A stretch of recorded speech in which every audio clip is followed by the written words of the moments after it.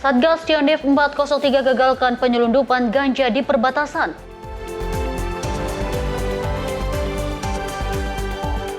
Stok pangan aman hadapi Godzilla El Nino.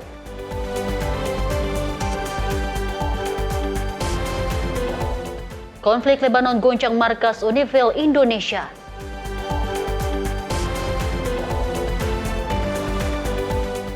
Tumpukan sampah rumah tangga setinggi 4 meter.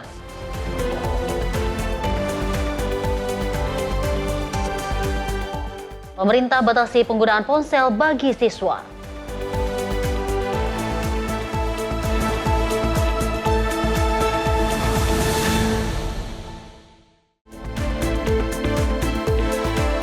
Halo, selamat pagi pemirsa. Senang sekali rasanya saya Deo Manik dapat kembali menyapa Anda pada pagi hari ini dalam program Menyapa Indonesia Pagi. Pemirsa, selain informasi utama yang telah kami hantarkan, kami juga akan menemani Anda dengan sejumlah informasi dan isu terkini lainnya. Inilah Menyapa Indonesia Pagi selengkapnya.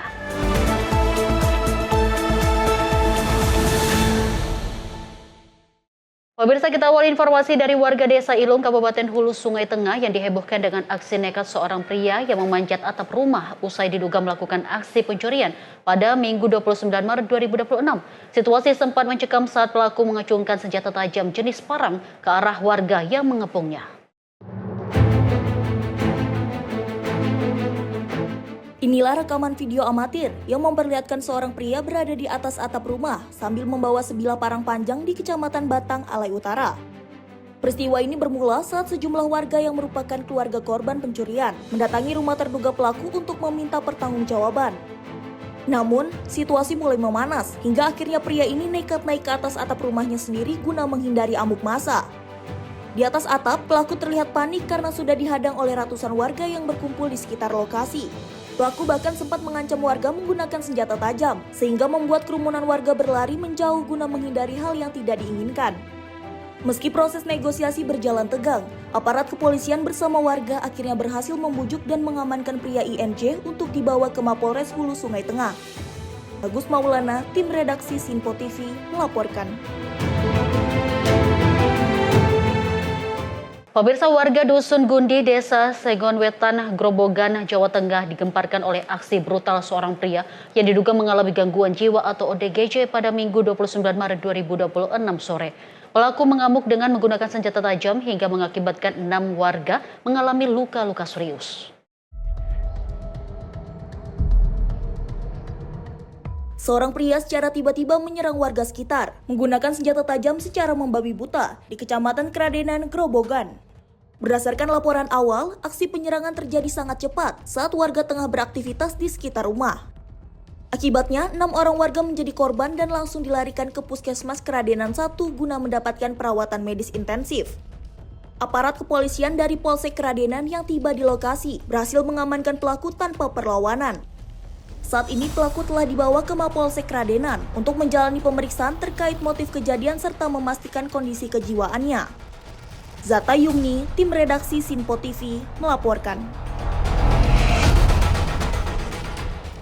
Informasi kita lanjut pemirsa, upaya pencurian kendaraan bermotor gagal total usai dipergoki istri korban di Kampung Bangkalok, Desa Pengawinan, Kabupaten Serang pada Minggu 29 Maret 2026 malam. 1 dari 2 pelaku berhasil diringkus dan menjadi sasaran amuk massa usai terjatuh saat berusaha melarikan diri.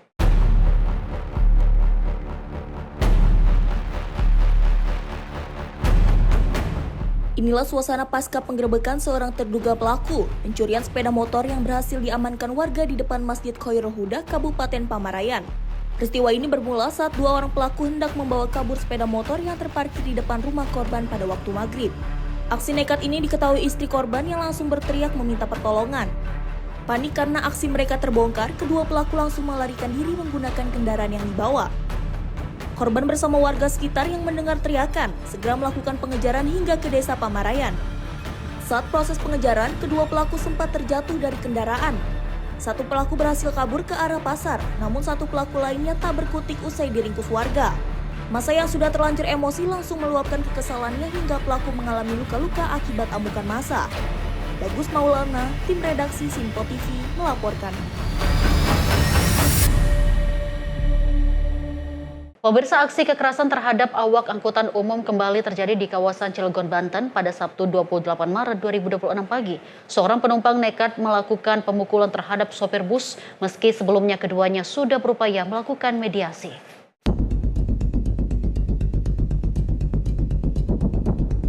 Inilah rekaman video yang memperlihatkan aksi pemukulan terhadap seorang supir bus pada Sabtu 28 Maret 2026 pagi. Kejadian bermula saat bus ini berusaha menyalip dari arah kiri, namun gagal. Akibatnya, aksi potong jalan dari kendaraan lain terjadi untuk memberikan laju bus.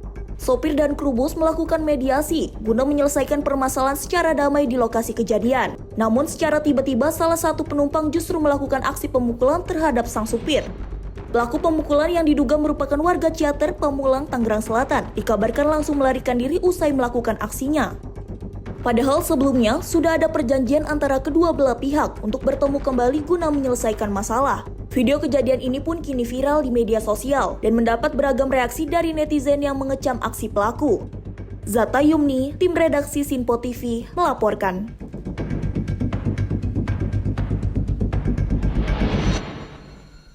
Pemirsa, warga kampung Majalaya, Desa Majalaya, Kecamatan Cikalong Kulon, Kabupaten Cianjur digegerkan dengan penemuan sesosok mayat pria pada Minggu 29 Maret 2026 malam. Korban ditemukan mengambang di saluran irigasi dan diduga kuat merupakan korban hanyut usai wilayah tersebut diguyur hujan lebat.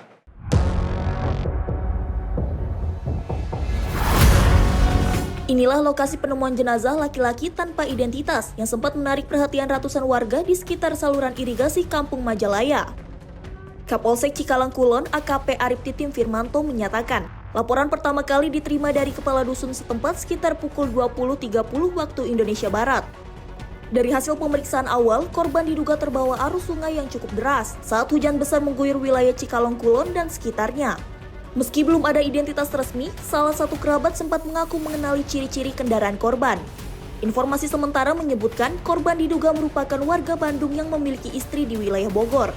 Saat ini pihak kepolisian masih melakukan penyelidikan mendalam guna memastikan identitas serta kronologi pasti kejadian tersebut. Warga diimbau untuk tetap waspada saat beraktivitas di sekitar aliran sungai, terutama saat cuaca ekstrim dan hujan lebat terjadi. Bagus Maulana, tim redaksi Sinpo TV, melaporkan.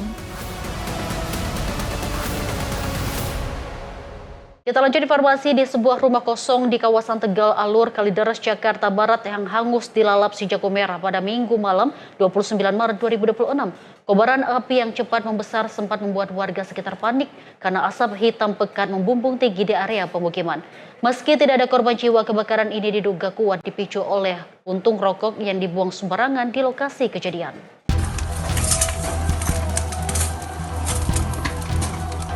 Kobaran api dengan cepat menghanguskan seluruh bangunan rumah kosong di Jalan Gang Sadun, Tegal Alur pada Minggu malam. Petugas pemadam kebakaran yang menerima laporan pada pukul 20.10 waktu Indonesia Barat langsung menerjunkan 4 unit armada beserta 20 personel ke lokasi kejadian. Upaya pemadaman berlangsung selama kurang lebih 1 jam hingga api berhasil dilokalisir pada pukul 20.30 waktu Indonesia Barat. Beruntung, posisi rumah yang berada di area lahan terbuka membuat api tidak merembet ke bangunan warga lainnya. Berdasarkan hasil olah tempat kejadian perkara dan keterangan saksi, kebakaran diduga dipicu oleh puntung rokok yang dibuang sembarangan oleh sekelompok pemuda yang sempat berkumpul di lokasi tersebut. Luas area yang terbakar diperkirakan mencapai 70 meter persegi. Pihak suku dinas penanggulangan kebakaran dan penyelamatan Jakarta Barat memastikan tidak ada korban jiwa maupun luka dalam insiden ini. Meski demikian, warga diimbau untuk tetap waspada dan tidak melakukan aktivitas yang dapat memicu terjadinya kebakaran. Rizna Nur, jurnalis Sinpo TV, melaporkan. Pemirsa, Satgas Pamtas Republik Indonesia Papua Nugini dari Yonif 403 Wirasada Pratista berhasil menggagalkan upaya penyelundupan ganja di wilayah perbatasan Papua Selatan. 2 orang pelaku diamankan bersama barang bukti ganja kering seberat 2 kg.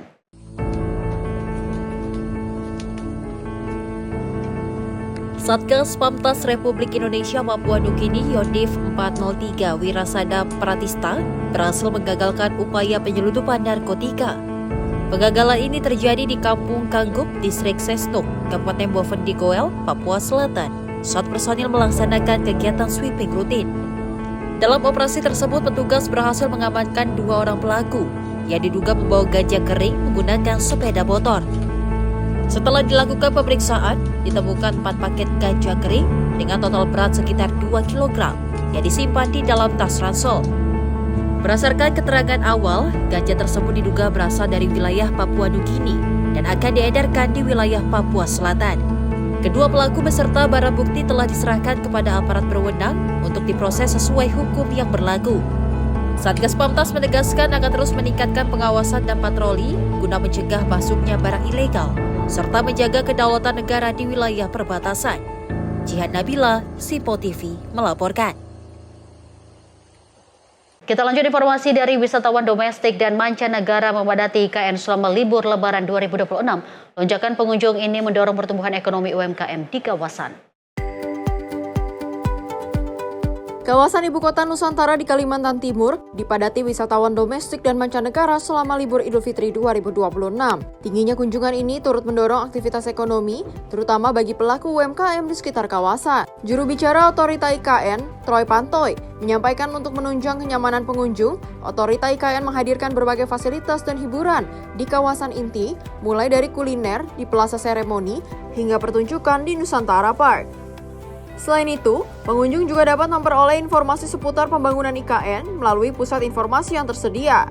Lonjakan wisatawan berdampak langsung pada peningkatan omset pelaku usaha, mulai dari kuliner hingga souvenir. Kondisi ini menunjukkan potensi IKN tidak hanya sebagai pusat pemerintahan, tetapi juga sebagai penggerak ekonomi masyarakat. The future, Nusantara will be the capital of Indonesia. So, I think because it's a big festival, I'm looking forward to moving here in the future. Dari awal kita mulai start dari 1 jutaan, tapi karena kita melihat antusias orang-orang, pembeli-pembeli di sini banyak, kita tingkatkan kualitas dan jumlah lebih banyak, jadi omset kita di atas lagi, lebih dari 1 juta. Mungkin sehari bisa 1,8, tapi alhamdulillah selama lebaran pertama sampai ketiga ini kita bisa mungkin per hari itu kira-kira 10 sampai 15 alhamdulillah ada. Omset penjualan itu sekitar 10 sampai 12. Kalau omset selama liburan lumayan meningkat sih, meningkat 2 kali lipat dari sebelumnya. Karena ini kan liburan kan orang, jadi meningkat lumayan. Otorita IKN pun mengajak masyarakat untuk memanfaatkan peluang usaha dan investasi di kawasan tersebut seiring meningkatnya minat kunjungan dan prospek pertumbuhan ekonomi di masa depan. Tim redaksi Sinpo TV melaporkan. Pemirsa, kasus video editing yang viral di media sosial menjadi perhatian publik. Kejaksaan Agung menegaskan siap memberikan penjelasan secara terbuka, termasuk menghadapi rapat dengar pendapat dengan DPR. Kepala Pusat Penerangan Hukum Kejaksaan Agung, Anang Supriyatna, menjelaskan kasus yang viral terkait dugaan penyimpangan anggaran desa di Kabupaten Karo, Sumatera Utara. Dalam perkara ini, total kerugian negara diperkirakan mencapai 1,8 miliar rupiah yang terbagi dalam sejumlah proyek dan pengadaan. Modus yang ditemukan antara lain ketidaksesuaian antara rencana anggaran biaya dengan pelaksanaan di lapangan. Salah satunya kegiatan yang dianggarkan dalam jangka waktu penuh, namun dalam realisasinya hanya dilaksanakan sebagian, meski pembayaran dilakukan secara penuh. Selain itu, ditemukan adanya penggandaan anggaran dalam sejumlah kegiatan, termasuk biaya produksi dan editing. Penanganan perkara yang saya dapat dari Kejari Kabupaten Karo itu ada penanganan perkara kegiatan pengelolaan dan pembuatan jaringan instalasi komunikasi dan informatika lokal desa di Kabupaten Karo tahun anggaran 2020 sampai 2023. Dari laporan tim penyidik di Kabupaten perkara ini, total kerugiannya itu sebetulnya 1,8 miliar. Sebelumnya, jaksa mendakwa Amsal dengan pidana 2 tahun penjara, denda 50 juta rupiah, subsidi 6 bulan kurungan, serta membayar uang pengganti sebesar 202 juta rupiah. Namun dalam pledoinya, Amsal menyanggah seluruh tuduhan tersebut. Amsal menegaskan tidak memiliki niat jahat dan menyebut seluruh proses produksi video, mulai dari konsep, editing, hingga dubbing, merupakan bagian utuh dari karya audiovisual, bukan markup anggaran. Besarnya atensi publik di media sosial mendorong Komisi 3 DPR untuk menggelar rapat dengar pendapat umum pada Senin pagi. Dari Jakarta, jurnalis Sinpo TV melaporkan. Menteri Pendidikan Dasar dan Menengah melakukan kunjungan kerja ke sejumlah sekolah di Kota Depok, Jawa Barat. Dalam kunjungan tersebut, Mendikbud memberikan pesan khusus terkait penggunaan perangkat gadget atau gawai bagi para siswa.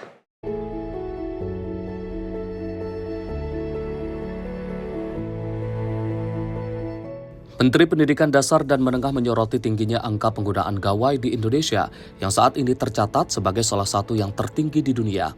Hal ini menjadi perhatian serius mengingat potensi dampak negatif yang bisa ditimbulkan jika tidak ada pembatasan durasi penggunaan atau screen time. Menteri Pendidikan Dasar dan Menengah Abdul Mukti mengingatkan untuk waspada terhadap penyalahgunaan teknologi, terutama terkait maraknya konten judi online yang kini sering disisipkan pada layanan media sosial. Pembatasan penggunaan gawai dinilai sangat penting agar anak-anak tidak terjebak dalam praktik ilegal tersebut. Bagaimana penggunaan gawai yang bermanfaat dan pembatasan penggunaan gawai dengan memperhatikan screen time. Ini yang paling penting, screen time ini. Kemudian juga screen zone ya. Karena sekarang kita harus berusaha untuk bagaimana teknologi ini dapat digunakan untuk hal-hal yang positif yang mendukung kegiatan pembelajaran dan mendukung kegiatan penguatan pendidikan karakter. Kemudian kita tahu bahwa Indonesia ini negara yang penggunaan media internetnya salah satu yang tertinggi di dunia. Ya, menurut penelitian rata-rata itu 7,3 jam per hari, itu berarti hampir sepertiga dari waktu digunakan untuk berselancar di dunia maya. Dan banyak anak kita yang memang karena keawamannya itu terjerat oleh judi online atau juga kriminalitas yang mereka tanpa sadari disusupkan oleh mereka tidak bertanggung jawab melalui berbagai layanan media sosial. Karena itu kami di kementerian mendorong bagaimana agar budaya hidup sehat, ya, sehat secara fisik, sehat secara intelektual, sehat secara moral dan sosial ini bisa kita kembangkan bersama-sama. Mendikbud menegaskan bahwa teknologi seharusnya dimanfaatkan untuk hal-hal positif, terutama yang mendukung proses pembelajaran dan penguatan pendidikan berkarakter. Kunjungan ini diharapkan dapat mendorong pihak sekolah dan orang tua di Kota Depok untuk lebih ketat dalam mengawasi aktivitas digital para siswa. Dari Depok, Jawa Barat, Riswanto Ahmad, Sinpo TV, melaporkan. Pemirsa, jangan kemana-mana, usai jeda berikut ini kami akan hadir kembali dengan sejumlah informasi dan isu terkini lainnya. Tetaplah bersama kami di Sinpo TV.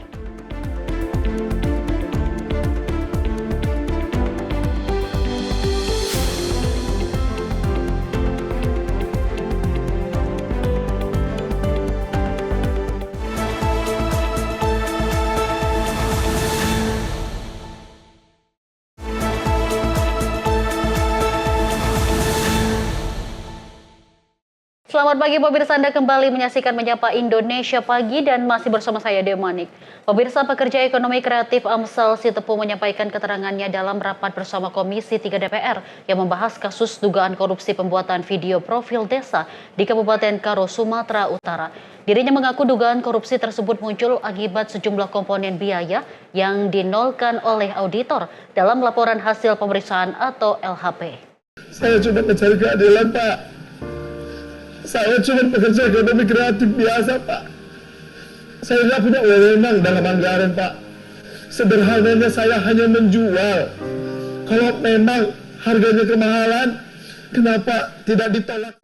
Pekerja ekonomi kreatif Amsal Sitepu menyampaikan bahwa dirinya tidak mempunyai wewenang dalam anggaran pembuatan video profil desa di Kabupaten Karo, Sumatera Utara. Amsal mengatakan dugaan korupsi tersebut muncul akibat sejumlah komponen biaya yang dinolkan oleh auditor dalam laporan hasil pemeriksaan atau LHP. Hal itu disampaikannya saat menghadiri rapat dengar pendapat umum bersama Komisi 3 DPR melalui daring atau online. Ia pun meminta keadilan atas kasus yang dijeratnya terkait dugaan korupsi pembuatan video profil desa. Dan kemudian setelah persidangan itu saya menemukan bahwa di LHP diketemukan bahwa ada marat itu dimunculkan karena ada beberapa item yang dinolkan oleh auditor dan diamini oleh jaksa penuntut umum di dalam surat tuntutannya. Saya cuma mencari keadilan, Pak. Saya cuma pekerja ekonomi kreatif biasa, Pak. Saya nggak punya wewenang dalam anggaran, Pak. Sederhananya saya hanya menjual. Kalau memang harganya kemahalan, kenapa tidak ditolak saja? Atau kalau tidak sesuai, kenapa harus dibayarkan? Tidak perlu saya dipenjarakan. Karena pekerjaan ini kami lakukan tahun 2020 juga saat pandemi hanya untuk bertahan hidup dan untuk mempromosikan Kabupaten Karo. Bisa dilihat Pak dari sosial media saya. Dari Jakarta, Farizal Ahmad Amin, Simpo TV melaporkan.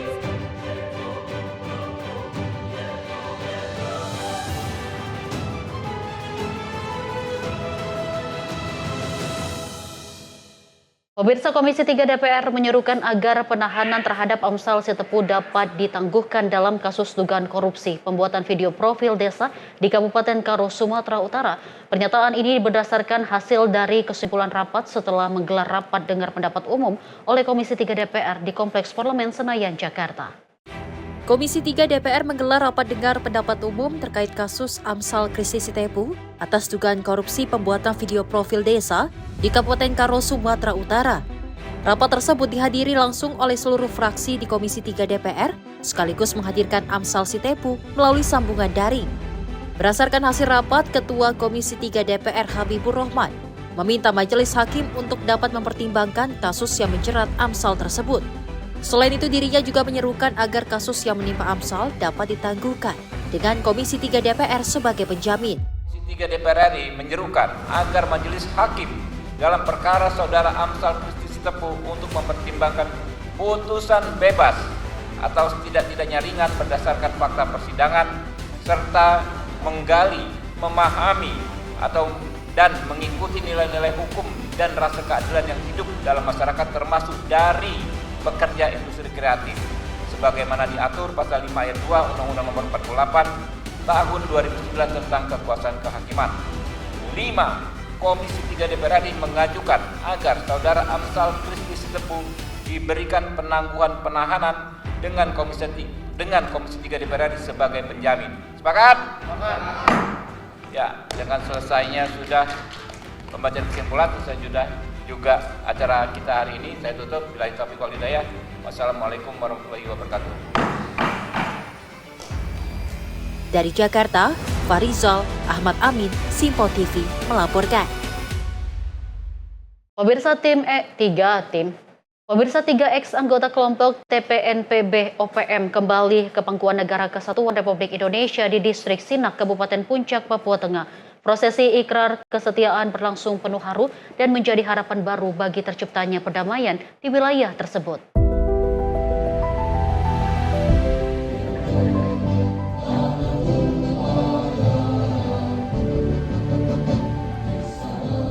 Komando Operasi TNI Papua mendampingi 3 ex anggota TPNPB OPM Kodap 28 Sinak untuk kembali ke pangkuan NKRI Sabtu 28 Maret 2026.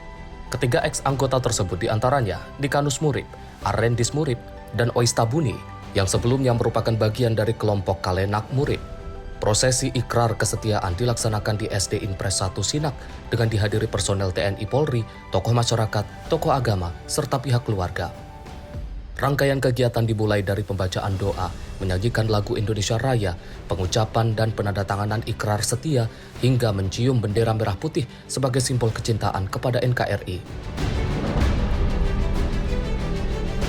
Dalam pernyataannya, ketiganya menegaskan komitmen untuk setia kepada Negara Kesatuan Republik Indonesia, menolak segala bentuk gerakan separatis, serta bertekad menjalani kehidupan yang lebih baik melalui kegiatan positif seperti berkebun, pendidikan, dan mendukung pembangunan di wilayah Papua. Koops TNI Papua juga menyampaikan apresiasi atas keputusan ketiganya untuk kembali dan berkontribusi bagi kehidupan damai di masyarakat. Kegiatan ini juga menjadi bukti nyata bahwa pendekatan persuasif dan humanis yang dilakukan oleh TNI dan aparat keamanan mampu membangun kepercayaan masyarakat. Dengan kembalinya ketiga ex anggota OPM ini, diharapkan dapat memperkuat stabilitas keamanan serta mendorong terwujudnya perdamaian berkelanjutan di wilayah Papua. Tim redaksi Simpo TV melaporkan. Kita lanjut informasi dari kebijakan work from home atau WFH yang berdampak besar bagi pemerintah Provinsi Jawa Barat setelah berjalan selama hampir 5 bulan. Deddy Mulyadi menyebut konsumsi BBM ASN Jawa Barat berkurang hingga 50%. Kebijakan work from home atau WFH di lingkungan pemerintah Provinsi Jawa Barat hampir diterapkan selama 5 bulan. Hal ini berdampak pada konsumsi BBM aparatur sipil negara Pemprov Jabar, di mana konsumsi bahan bakar minyak atau BBM untuk ASN Pemprov Jabar berkurang hingga 50%. Meski sudah diterapkan WFH, Deddy Mulyadi klaim pelayanan kepada masyarakat tetap maksimal. Menurut Gubernur Jawa Barat, penerapan WFH ini sudah berlangsung lama hampir 5 bulan, di mana penerapan WFH dilakukan pada hari Kamis. Penerapan WFH gimana Pak? Ya kita sudah dari dulu berjalan. Evaluasinya gimana Pak? Efektif. Ya, lihat aja produk pembangunannya berhasil atau tidak, ukurannya itu aja. Selama ini kan administrasi berjalan dengan baik, kemudian realisasi belanja anggaran malah over kan. Terkait kebijakan pengurangan BBM dengan kebijakan WFH sendiri. Dengan WFH kita kan sudah lama BBM-nya berkurang. Kita sudah berlangsung lama, artinya tidak ada problem dengan itu. Artinya berdampak ke Pemprov Jabar ya Pak? Berdampak pada belanja pemerintahnya, belanja rutinnya menjadi menurun. Sebelumnya pemerintah pusat akan menerapkan penerapan WFH bagi ASN. Aturan ini dikarenakan dampak dari memanasnya eskalasi di Timur Tengah antara Amerika Serikat, Israel, dan Iran. Dari Bandung, Jawa Barat, jurnalis Sinpo TV melaporkan. Pemirsa, anggota Komisi 12 DPR Edi Suparno merespon terkait rencana pemberlakuan work from home atau kerja jarak jauh untuk menghemat bahan bakar minyak buntut konflik Timur Tengah. Edi menilai langkah pemerintah dalam memberlakukan WFH ini merupakan solusi yang tepat, dikarenakan dapat mengurangi penggunaan BBM sekitar 8 hingga 10%. Konflik yang terjadi di Timur Tengah saat ini masih terus berlangsung, hingga menyebabkan berbagai dampak ke seluruh dunia, salah satunya perihal bahan bakar minyak atau BBM. Meski pasokan BBM dalam batas aman, pemerintah berencana akan melakukan work from home atau kerja jarak jauh guna menghemat penggunaan BBM. Anggota Komisi 12 DPR, Edi Suparno, menilai rencana pemerintah tersebut merupakan solusi yang tepat dalam mengurangi pembelian BBM. Dirinya mengatakan, pengurangan penggunaan BBM bisa mencapai 8 hingga 10%. Saya kira itu adalah sebuah solusi cepat dan praktis yang harus diambil, karena itu akan mengurangi penggunaan BBM kita. Perhitungannya kurang lebih antara 8 sampai 10%. Dan itu saya kira untuk sementara juga cukup membantu kita untuk mengurangi konsumsi dari BBM. Tetapi jangka panjangnya saya harus kita pikirkan. Jangka panjangnya dalam artian bahwa transisi energi harus dijalankan, elektrifikasi harus diakselerasi, terutama elektrifikasi di sektor transportasi, ya, elektrifikasi kendaraan roda 4, roda 2, elektrifikasi sektor industri, elektrifikasi terutama di sektor apa? Di sektor rumah tangga. Karena rumah tangga kita masih menggunakan LPG ya untuk memasak. Nah, kalau LPG itu yang sekarang ini konsumsinya 8 juta kiloliter per tahun, itu bisa kita kurangi dengan menggantinya dengan kompor listrik, kompor induksi, tentu itu akan mengurangi beban impor BBM kita dalam bentuk LPG 3 kg. Dari Jakarta, Farizal Ahmad Amin, Sinpo TV melaporkan. Pemirsa, Menteri Pertanian Andi Amran Sulaiman memastikan stok pangan nasional dalam kondisi aman di tengah ancaman kekeringan panjang akibat fenomena El Nino. Stok beras saat ini diklaim mencapai 4,2 juta ton, yang menjadi catatan tertinggi dalam sejarah Republik Indonesia.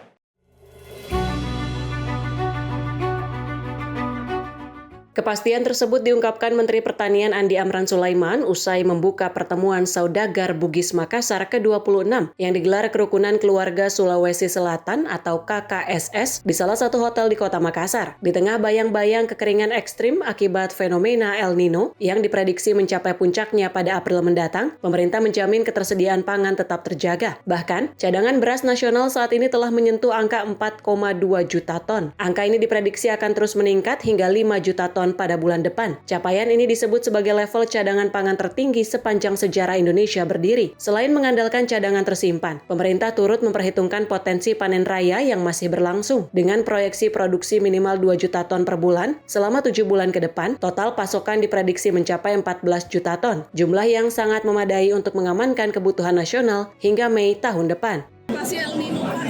El Nino kami sudah dipanggil, tadi malam dipanggil Bapak Presiden menghadap, kami sudah hitung baik Sekarang stok kita cadangan di gudang, di lapangan, di gudang, Bulog dan mereka hotel, rumah dan seterusnya dan standing crop itu cukup untuk 11 bulan. 10 bulan ke depan. Artinya apa? Kalau cukup 10 bulan ke depan, itu sekarang ini bulan 3 selesai, berarti 9 bulan sampai Desember cukup. Itu belum dihitung yang akan dipanen. Dipanen 9 bulan ke depan, katakanlah 7 bulan ke depan, 7 kali 2 juta saja minimal. Di saat El Nino terjadi 2023-2024, itu minimal produksi itu 2 juta per bulan. Artinya totalnya ada 14 juta. Itu bisa sampai Mei tahun depan. Saya ulangi, stok kita hari ini cukup untuk 10 bulan ke depan. Diketahui kombinasi fenomena Godzilla, El Nino, dan Indian Ocean Dipole positif diperkirakan bakal memicu musim kemarau yang lebih panjang dan lebih kering dari biasanya. Kedua fenomena iklim ini diprediksi akan terjadi secara bersamaan mulai April mendatang. Dari Makassar, jurnalis Sinpo TV melaporkan. Kita lanjut informasi dari kegiatan Wakil Presiden RI Gibran Rakabuming Raka yang meninjau peternakan sapi di Boyolali, Jawa Tengah pada 27 Maret 2026. Peninjauan untuk memastikan penguatan sektor peternakan berjalan terintegrasi, mulai dari kesehatan ternak hingga pengembangan industri berbasis hilirisasi. Wakil Presiden Republik Indonesia Gibran Rakabuming Raka meninjau peternakan sapi di Boyolali, Jawa Tengah, yaitu Ampas Lovers Sayekti Farm pada Jumat 27 Maret 2026. Peninjauan untuk pastikan penguatan sektor peternakan berjalan terintegrasi, mulai dari kesehatan ternak hingga pengembangan industri berbasis hilirisasi. Dalam kesempatan itu, Wapres menekankan pentingnya kewaspadaan terhadap penyebaran penyakit mulut dan kuku melalui percepatan vaksinasi dan pelaporan dini oleh masyarakat. Wapres pun mendorong penguatan rantai pasok peternakan melalui hilirisasi industri. Yang nomor 2 tadi sudah saya diskusikan sama Pak Bupati, segera mendatangkan investor untuk membangun pabrik. Ini penting sekali. Lebih lanjut, Wapres meminta pemerintah daerah segera menjajaki peluang investasi guna mengembangkan ekosistem peternakan yang terhubung dari hulu hingga hilir, termasuk penyediaan pakan, pengolahan produk hingga distribusi.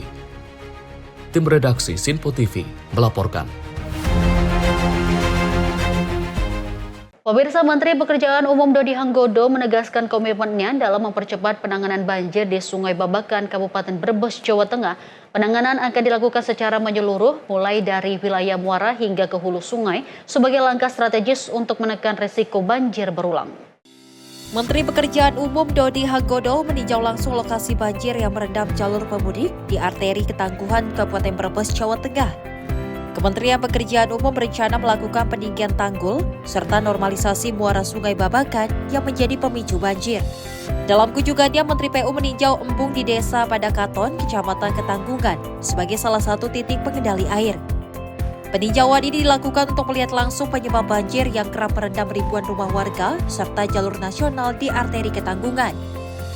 Dodi menyebutkan bahwa mulai tahun 2026, pemerintah akan melakukan peninggian tanggul Sungai Babakan di sejumlah titik rawan banjir. Pemerintah juga menyiapkan anggaran sekitar 270 miliar rupiah untuk normalisasi muara sungai guna mengurai resiko banjir di masa mendatang. Kita lihat tadi Sungai Babakan. Sungai Babakan itu kan sedimentasinya secara sepintas kelihatan sudah parah sekali. Nah, menunjukkan yang paling cepat itu kalau sudah masalah sungai yang sedimentasi sedemikian tingginya adalah muaranya diberesin dulu. Jadi jaraknya ke muara nggak terlalu jauh. Biasanya sih kalau sudah dikecil muaranya, aliran sungai bisa lebih cepat lari ke laut. Dan memang pembersihan muara itu tidak hanya sekedar dibersihkan, tapi juga harus dibangun jati kanan kiri supaya manakala angin berbarah, lumpur itu tidak balik lagi ke dalam sungai. Pokoknya kita kejar, nanti pada saat musim penghujan tahun 2026, tidak ada lagi limpas ke jalan. Tim redaksi Sinpo TV melaporkan. Pemirsa, pemerintah melalui Kementerian Perumahan dan Kawasan Permukiman berencana akan membangun rumah susun bagi warga yang tinggal di bantaran rel Senen. Lahan dengan luas 1,4 hektar di lahan kepemilikan BUMN ini nantinya akan dibangun beberapa rusun.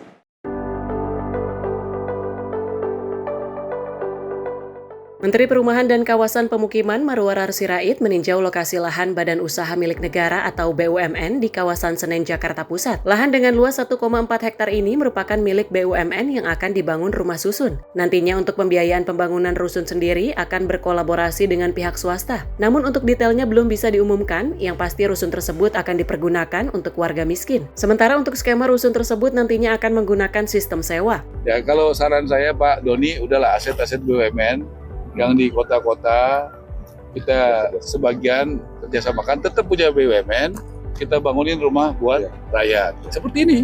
Luasnya berapa Pak? Ini 1,4 hektar. Angkasa Pura. Dibangunnya bentuknya? Tadi udah kasih lihat tuh gambarnya, ada contoh-contohnya ya. Nah nanti Pak Doni atur, karena yang punya yang atur. Lihat strukturnya, tapi kemungkinan besar adalah akan kita sewa dengan sangat murah. Sehingga itu memungkinkan untuk saudara-saudara kita menempati. Ini sedang kita kaji, tentu yang sesuaikan dengan kemampuan mereka. Hari Rabu tunggulah gitu ya. Targetnya tadi sudah disampaikan juga, kita berharap itu kurang lebih 8 bulan ya. 8 bulan. Kalau yang dipilih Pulau Inta, Buddha Suci, ya. Selesainya setahun. Ya kurang lebih, kalau kita bisa push lebih kurang dari setahun lebih baik lagi Pak ya.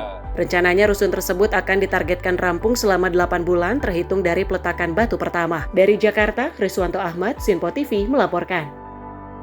Pemirsa, aparatur sipil negara di lingkungan pemerintah Kota Administrasi Jakarta Barat kembali beraktivitas setelah libur Idul Fitri 1447 Hijriah pada Senin pagi. Sebelum memulai pekerjaan, seluruh ASN di lingkungan Pemkot Jakarta Barat mengikuti apel pagi yang dipimpin oleh Wakil Wali Kota Jakarta Barat Yuli Hartono. Pasca libur Hari Raya Idul Fitri, sejak pagi hari, para ASN terlihat mulai memasuki Gedung Wali Kota Jakarta Barat untuk menjalankan tugas rutinitas seperti biasa. Aktivitas perkantoran pun kembali berjalan normal setelah masa libur panjang. Sebelum memulai pekerjaan, seluruh ASN di lingkungan Pemkot Jakarta Barat mengikuti apel pagi yang dipimpin oleh Wakil Wali Kota Jakarta Barat Yuli Hartono. Apel tersebut menjadi penanda dimulainya kembali pelayanan publik pasca libur Lebaran. Dalam kesempatan tersebut, Wakil Wali Kota mengingatkan pentingnya kedisiplinan dan peningkatan kualitas pelayanan kepada masyarakat setelah masa libur. Sementara itu, layanan publik di pelayanan terpadu satu pintu juga telah kembali beroperasi. Masyarakat yang datang untuk mengurus perizinan terlihat mulai dilayani oleh petugas seperti biasa. Kembalinya aktivitas ASN dan pelayanan PTSP ini diharapkan dapat memenuhi kebutuhan masyarakat serta memastikan pelayanan publik berjalan optimal pasca libur Idul Fitri. Tim Liputan Sinpo TV melaporkan. Pemirsa, Presiden Prabowo Subianto kunjungan kerja ke Jepang. Informasi selengkapnya usai jeda berikut ini. Tetaplah bersama kami.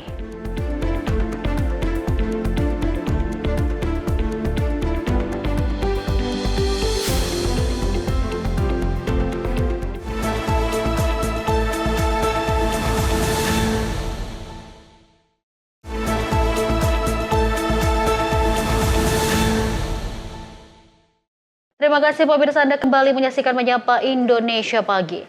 Pemirsa, Presiden RI Prabowo Subianto melakukan kunjungan kerja ke Jepang untuk bertemu dengan Kaisar Naruhito dan Perdana Menteri Sanai Takaichi. Presiden beserta rombongan tiba pada hari Minggu pukul 19.15 waktu setempat.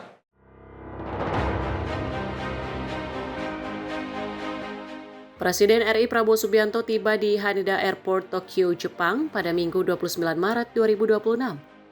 Setibanya di bandara, Presiden Prabowo disambut sejumlah pejabat seperti State Minister for Foreign Affairs of Japan, Iwao Hori, Kepala Protokol Jepang Tadayuki Miyashita, hingga Duta Besar Indonesia untuk Jepang Nurmala Kartini. Kedatangan Prabowo di Tokyo ini menandai dimulainya rangkaian kunjungan kerjanya selama di Jepang. Presiden dijadwalkan akan melaksanakan sejumlah agenda penting, diantaranya melakukan state call kepada Kaisar Jepang sebagai bagian dari penguatan hubungan persahabatan antar dua negara. Selain itu, Prabowo juga akan bertemu dengan Perdana Menteri Jepang Sanai Takaichi yang akan berlangsung di Akasaka Palace, Tokyo. Serangkaian kegiatan Presiden Prabowo diharapkan menjadi momentum strategis untuk semakin memperkuat kerjasama Indonesia-Jepang di berbagai bidang. Tim redaksi Sinpo TV melaporkan. Kita lanjut informasi dari Wakil Presiden RI Gibran Rakabuming Raka yang menekankan pentingnya jaga keharmonisan sosial di tengah dinamika global yang terus berkembang. Hal tersebut disampaikan Wapres saat melakukan kunjungan silaturahmi ke Pondok Pesantren An-Nazah Dawar di Kabupaten Boyolali, Jawa Tengah pada 27 Maret 2026. Wakil Presiden RI Gibran Rakabuming Raka melakukan kunjungan silaturahmi ke Pondok Pesantren An-Nazah Dawar Mojosongo di Kabupaten Boyolali, Jawa Tengah pada Jumat 27 Maret 2026. Kehadiran Wapres disambut hangat oleh Bupati Boyolali Agus Irawan, Lurah Manggis Gali Hadi Saputra, serta Koordinator Ponpes Sumanto. Silaturahmi dan dialog berlangsung hangat diiringi harapan bagi kemajuan bangsa, serta terpeliharanya harmoni antar umat beragama. Dalam kesempatan itu, Wapres menekankan pentingnya jaga keharmonisan sosial di tengah dinamika global yang terus berkembang. Menurutnya, nilai kebersamaan dan toleransi harus diperkuat sebagai fondasi kehidupan bermasyarakat. Tak hanya itu, Wapres pun menegaskan peran strategis pesantren dalam merawat persatuan bangsa. Sejalan dengan arahan Presiden Prabowo, ia mendorong agar nilai kerukunan dan solidaritas terus ditanamkan dalam kehidupan sehari-hari. Tim redaksi Sinpo TV melaporkan. Pemirsa, serangan militer Israel menghantam posisi pasukan penjaga perdamaian PBB di Lebanon Selatan. Dalam insiden ini, 1 prajurit TNI dilaporkan gugur dan sejumlah personel lainnya mengalami luka-luka. Serangan artileri militer Israel menargetkan markas pasukan United Nations Interim Force in Lebanon atau UNIFIL yang berlokasi di distrik Marjayon, Lebanon Selatan pada Minggu 29 Maret 2026. Posisi tersebut merupakan salah satu basis pasukan perdamaian PBB yang juga dihuni oleh prajurit TNI yang sedang menjalankan misi perdamaian internasional. Kementerian Pertahanan Republik Indonesia membenarkan adanya prajurit TNI yang menjadi korban dalam serangan tersebut. Total 4 prajurit TNI menjadi korban, dengan 1 prajurit dinyatakan gugur dalam tugas. Sementara itu, 3 prajurit lainnya dilaporkan mengalami luka-luka dan mendapatkan penanganan medis.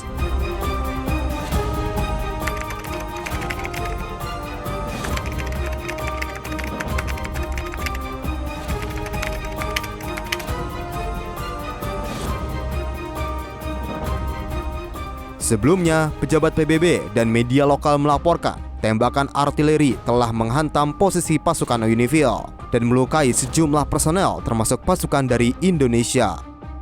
Tim redaksi Sinpo TV melaporkan. Kita lanjut informasi dari mancanegara. Artileri Israel menghantam wilayah pasukan penjaga perdamaian PBB di Lebanon Selatan yang dilaporkan mengenai markas kontingen Indonesia. 1 prajurit TNI gugur dan 3 lainnya terluka akibat serangan.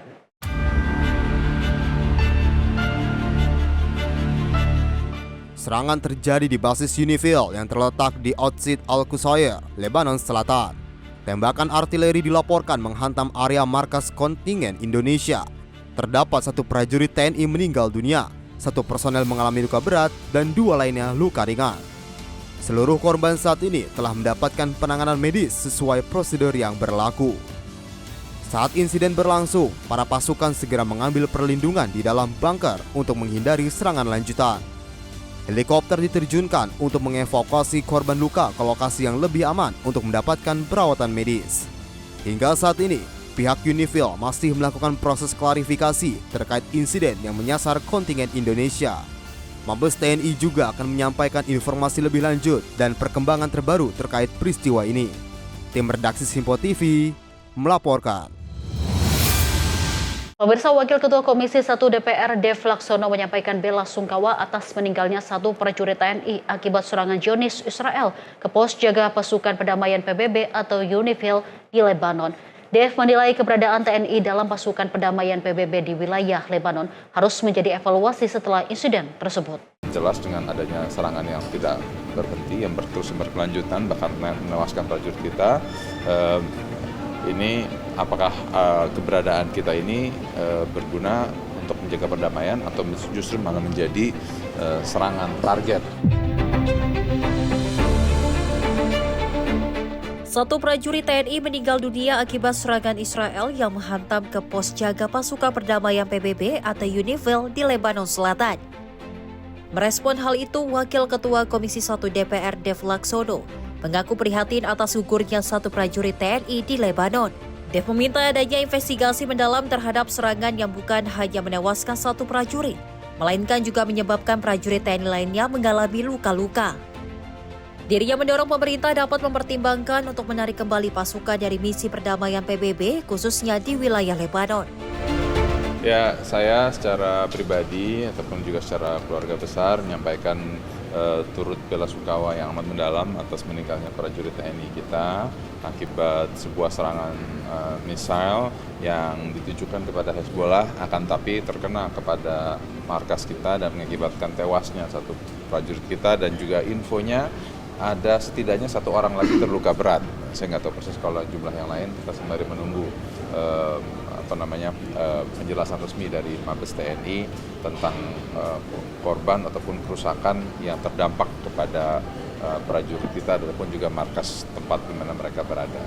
Dan ini juga menjadi kesempatan untuk melakukan koreksi ataupun juga melihat apakah keberadaan prajurit kita ini benar-benar berfungsi atau tidak. Kenapa? Karena jelas dengan adanya serangan yang tidak berhenti, yang terus berkelanjutan, bahkan menewaskan prajurit kita, ini apakah keberadaan kita ini berguna untuk menjaga perdamaian atau justru malah menjadi serangan target daripada serangan daripada IDF. Nah, maka itu bila mana kondisinya ini memang tidak bisa dinyatakan aman, ada sebaiknya untuk pemerintah melakukan penarikan ataupun juga evaluasi terhadap keberadaan prajurit kita di Lebanon. Dari Jakarta, Farizal Ahmad Amin, Simpo TV melaporkan. Pemirsa, Kedutaan Besar Republik Islam Iran mengecam keras serangan Israel yang menewaskan satu prajurit TNI yang bertugas di wilayah Unifil. Penargetan terhadap penjaga perdamaian merupakan pelanggaran serius terhadap hukum internasional. Kedutaan Besar Republik Islam Iran merespon terkait wafatnya seorang prajurit penjaga perdamaian Indonesia yang bertugas di bawah Unifil. Sebelumnya, Kedutaan Besar Republik Islam Iran menyampaikan bela sungkawa yang sedalam-dalamnya kepada pemerintah dan rakyat Indonesia atas kejadian tragis tersebut. Pihaknya dengan tegas mengutuk tindakan tersebut yang merupakan akibat langsung dari agresi berkelanjutan Israel dan didukung dari keterlibatan Amerika Serikat. Kedutaan Besar Republik Islam Iran menegaskan bahwa penargetan terhadap penjaga perdamaian merupakan pelanggaran serius terhadap hukum internasional. Tim Redaksi Simpo TV melaporkan. Kita lanjut informasi dari serangan udara Israel yang dilaporkan menghantam sebuah gedung universitas di Iran, menyebabkan bangunan tersebut hancur dan berubah menjadi puing-puing. Pemirsa, serangan udara ini diduga menargetkan fasilitas yang diklaim militer Israel adanya aktivitas militer Iran.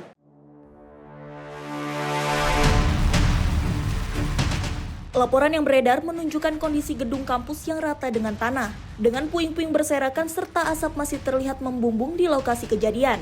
Serangan udara ini diduga menargetkan fasilitas yang diklaim militer Israel terkait dengan aktivitas militer. Meskipun detail resmi mengenai sasaran dan korban masih terbatas, pihak berwenang di Iran menyatakan serangan tersebut menyebabkan kerusakan parah pada infrastruktur pendidikan, di mana ini adalah tindakan ilegal menyerang target sipil. Insiden ini terjadi di tengah rangkaian serangan udara yang menargetkan berbagai fasilitas di Iran sejak akhir Februari lalu. Konflik antara Israel dan Iran terus meningkat dengan serangan balasan berupa rudal dan drone di berbagai wilayah. Para pengamat menilai, serangan terhadap fasilitas sipil seperti universitas dapat memperluas dampak konflik dan meningkatkan resiko korban non-militer. Hingga kini belum ada konfirmasi independen terkait jumlah korban dan situasi di lokasi masih terus dipantau. Tim Redaksi Simpo TV melaporkan. Pemirsa, pecahan rudal yang diluncurkan dari Iran dilaporkan menghantam sebuah fasilitas industri di wilayah Israel. Insiden ini menyebabkan kebakaran dan kerusakan pada bangunan. Insiden ini juga terjadi di tengah intensitas serangan yang terus meningkat di kawasan.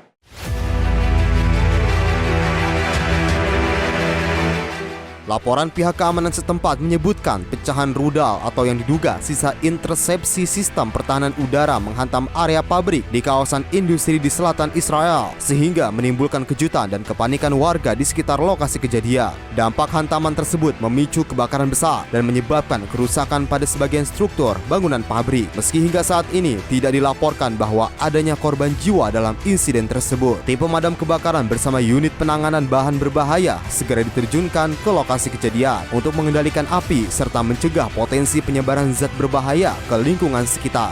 Otoritas berwenang setempat sempat mengimbau warga di sekitar lokasi untuk tetap berada di dalam ruangan, menutup akses udara dan meminimalkan aktivitas luar ruang guna menghindari paparan zat berbahaya yang mungkin terlepas akibat insiden tersebut. Insiden ini terjadi di tengah serangan rudal berulang dari Iran yang sebagian besar berhasil dicegat oleh sistem pertahanan udara, namun meninggalkan pecahan berukuran besar yang tetap berisiko tinggi saat jatuh ke permukaan. Tim redaksi Simpo TV melaporkan. Pemirsa, militer Israel merilis rekaman operasi langkah pasukan elitnya yang melakukan misi lintas batas di wilayah pegunungan perbatasan Suriah dan Lebanon. Di tengah meningkatnya ketegangan di kawasan, unit Alpines yang berada di bawah komando Brigade 810 dikerahkan untuk mendeteksi dan juga menargetkan infrastruktur yang diduga terkait kelompok militan. Rekaman menunjukkan pasukan khusus Alpinis bergerak di depan pegunungan bersalju pada malam hari dengan peralatan taktis lengkap. Operasi ini dilakukan berangkat dari Gunung Hermon di wilayah Suriah menuju area Gunung Dov di perbatasan selatan Lebanon. Unit Alpinis yang berada di bawah komando Brigade 810 dikerahkan untuk mendeteksi dan menargetkan infrastruktur yang diduga terkait kelompok militan. Operasi dilakukan dengan peralatan khusus untuk menjangkau medan ekstrim yang sulit diakses. Hingga kini, tanggal dan lokasi pasti rekaman tersebut belum dapat diverifikasi secara independen. Operasi ini terjadi di tengah eskalasi konflik di Timur Tengah setelah Amerika Serikat dan Israel melancarkan serangan terhadap Iran pada akhir Februari. Konflik kemudian meluas ke berbagai kawasan, termasuk Lebanon, setelah kelompok Hezbollah ikut terlibat dalam serangan balasan. Tim redaksi Simpo TV melaporkan.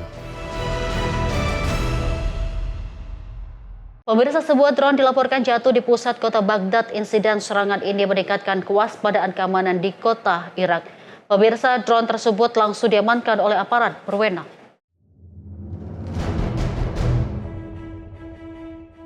Rekaman video menunjukkan lokasi jatuhnya drone di kawasan perkotaan padat penduduk dengan kehadiran petugas keamanan dan tim medis yang segera memadati area kejadian, serta melakukan pengamanan dan pemeriksaan awal di sekitar titik jatuhnya drone. Laporan awal menyebutkan drone tersebut jatuh di salah satu distrik di dalam kota Baghdad dan langsung diamankan oleh aparat berwenang untuk mencegah resiko lebih lanjut. Hingga kini belum ada informasi resmi mengenai asal-usul drone tersebut maupun kemungkinan keterkaitannya dengan aktivitas militer atau kelompok tertentu. Sejumlah insiden serupa terjadi sebelumnya menunjukkan bahwa drone semakin sering digunakan dalam konflik di kawasan, baik sebagai sarana serangan maupun untuk misi pengintaian. Pihak berwenang masih terus melakukan penyelidikan mendalam terkait insiden ini untuk mengetahui penyebab dan tujuan drone tersebut, serta mengidentifikasi pihak yang bertanggung jawab atas insiden tersebut. Insiden ini terjadi di tengah meningkatnya aktivitas militer di kawasan Timur Tengah yang turut berdampak pada kondisi keamanan di sejumlah negara sekitar, termasuk Irak yang kini meningkatkan kewaspadaan terhadap ancaman serupa. Tim redaksi Simpo TV melaporkan. Pemirsa, di tengah meningkatnya ketegangan antara Amerika Serikat dan Iran, Pakistan muncul sebagai pihak menengah. Dengan upaya diplomasi ini bertujuan untuk membangun jalur komunikasi dan meredam konflik yang sedang berlangsung.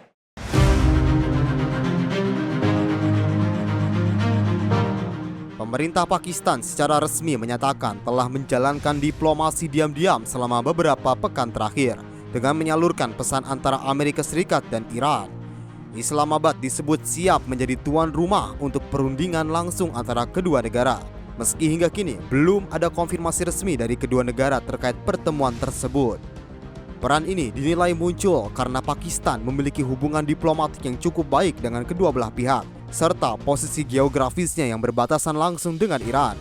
Selain itu, negara ini juga memiliki kepentingan besar dalam menjaga stabilitas kawasan, terutama terkait pasokan energi dan kondisi ekonomi domestik. Para analis menilai upaya mediasi ini berkontribusi menahan eskalasi lebih lanjut, di mana kedua belah pihak masih menunjukkan sinyal menjaga ruang diplomasi. Sebelumnya, peran mediator dalam konflik serupa lebih sering dipegang negara-negara Teluk. Namun dalam kondisi terkini, Pakistan dinilai memiliki posisi strategis untuk menjembatani komunikasi. Hingga kini, proses diplomasi masih terus berlangsung dan menjadi harapan untuk meredakan ketegangan di Timur Tengah serta stabilitas global. Tim redaksi Simpo TV melaporkan. Pemirsa, aksi kekerasan terhadap awak angkutan umum kembali terjadi di kawasan Cilegon, Banten pada Sabtu 28 Maret 2026 pagi. Seorang penumpang nekat melakukan pemukulan terhadap sopir bus meski sebelumnya keduanya sudah berupaya melakukan mediasi.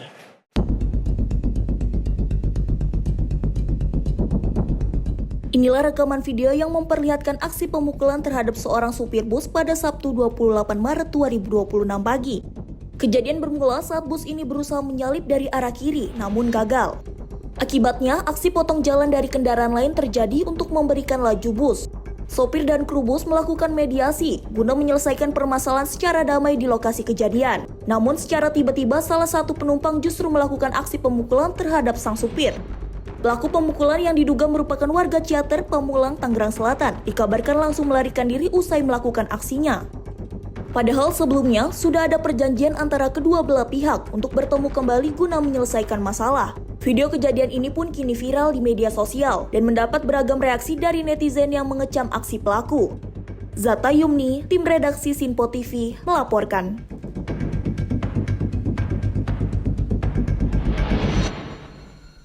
Pemirsa, warga kampung Majalaya, Desa Majalaya, Kecamatan Cikalong Kulon, Kabupaten Cianjur digegerkan dengan penemuan sesosok mayat pria pada Minggu 29 Maret 2026 malam. Korban ditemukan mengambang di saluran irigasi dan diduga kuat merupakan korban hanyut usai wilayah tersebut diguyur hujan lebat.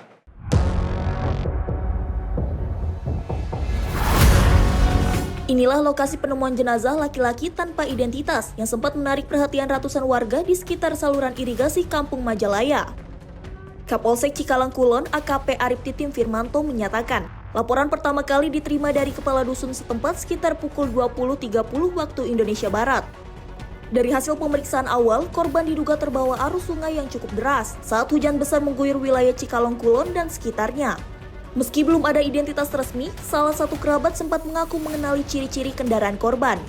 Informasi sementara menyebutkan korban diduga merupakan warga Bandung yang memiliki istri di wilayah Bogor. Saat ini pihak kepolisian masih melakukan penyelidikan mendalam guna memastikan identitas serta kronologi pasti kejadian tersebut. Warga diimbau untuk tetap waspada saat beraktivitas di sekitar aliran sungai, terutama saat cuaca ekstrim dan hujan lebat terjadi. Bagus Maulana, tim redaksi Simpo TV, melaporkan. Kita lanjut informasi di sebuah rumah kosong di kawasan Tegal Alur, Kalideres, Jakarta Barat yang hangus dilalap si jago merah pada Minggu malam 29 Maret 2026. Kobaran api yang cepat membesar sempat membuat warga sekitar panik karena asap hitam pekat membumbung tinggi di area pemukiman. Meski tidak ada korban jiwa, kebakaran ini diduga kuat dipicu oleh puntung rokok yang dibuang sembarangan di lokasi kejadian.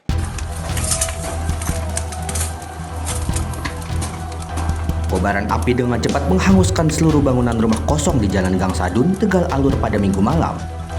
Petugas pemadam kebakaran yang menerima laporan pada pukul 20.10 waktu Indonesia Barat langsung menerjunkan 4 unit armada beserta 20 personel ke lokasi kejadian. Upaya pemadaman berlangsung selama kurang lebih 1 jam hingga api berhasil dilokalisir pada pukul 20.30 waktu Indonesia Barat. Beruntung, posisi rumah yang berada di area lahan terbuka membuat api tidak merembet ke bangunan warga lainnya. Berdasarkan hasil olah tempat kejadian perkara dan keterangan saksi, kebakaran diduga dipicu oleh puntung rokok yang dibuang sembarangan oleh sekelompok pemuda yang sempat berkumpul di lokasi tersebut. Luas area yang terbakar diperkirakan mencapai 70 meter persegi. Pihak suku dinas penanggulangan kebakaran dan penyelamatan Jakarta Barat memastikan tidak ada korban jiwa maupun luka dalam insiden ini. Meski demikian, warga diimbau untuk tetap waspada dan tidak melakukan aktivitas yang dapat memicu terjadinya kebakaran. Rizna Nur, jurnalis Simpo TV, melaporkan. Kita lanjut informasi dari wisatawan domestik dan mancanegara memadati IKN selama libur Lebaran 2026. Lonjakan pengunjung ini mendorong pertumbuhan ekonomi UMKM di kawasan. Kawasan Ibu Kota Nusantara di Kalimantan Timur dipadati wisatawan domestik dan mancanegara selama libur Idul Fitri 2026. Tingginya kunjungan ini turut mendorong aktivitas ekonomi, terutama bagi pelaku UMKM di sekitar kawasan. Juru bicara Otorita IKN, Troy Pantoy, menyampaikan untuk menunjang kenyamanan pengunjung, Otorita IKN menghadirkan berbagai fasilitas dan hiburan di kawasan inti, mulai dari kuliner di Plaza Seremoni hingga pertunjukan di Nusantara Park. Selain itu, pengunjung juga dapat memperoleh informasi seputar pembangunan IKN melalui pusat informasi yang tersedia. Lonjakan wisatawan berdampak langsung pada peningkatan omset pelaku usaha, mulai dari kuliner hingga souvenir. Kondisi ini menunjukkan potensi IKN tidak hanya sebagai pusat pemerintahan, tetapi juga sebagai penggerak ekonomi masyarakat. The future, Nusantara will be the capital of Indonesia. So, I think because it's a big festival, I'm looking forward to moving here in the future. Dari awal kita mulai dari 1 jutaan, tapi karena kita melihat antusias orang-orang, pembeli-pembeli di sini banyak, kita tingkatkan kualitas dan jumlah lebih banyak, jadi omset kita di atas lagi, lebih dari 1 juta. Mungkin sehari bisa 1,8, tapi alhamdulillah selama lebaran pertama sampai ketiga ini kita bisa mungkin per hari itu kira-kira 10 sampai 15 alhamdulillah ada. Omset penjualan itu sekitar 10 sampai 12. Kalau omset selama liburan lumayan meningkat sih, meningkat 2 kali lipat dari sebelumnya. Karena ini kan liburan kan orang, jadi meningkat lumayan. Otorita IKN pun mengajak masyarakat untuk memanfaatkan peluang usaha dan investasi di kawasan tersebut seiring meningkatnya minat kunjungan dan prospek pertumbuhan ekonomi di masa depan. Tim Redaksi Sinpo TV melaporkan. Pemirsa, kasus video editing yang viral di media sosial menjadi perhatian publik. Kejaksaan Agung menegaskan siap memberikan penjelasan secara terbuka, termasuk menghadapi rapat dengar pendapat dengan DPR.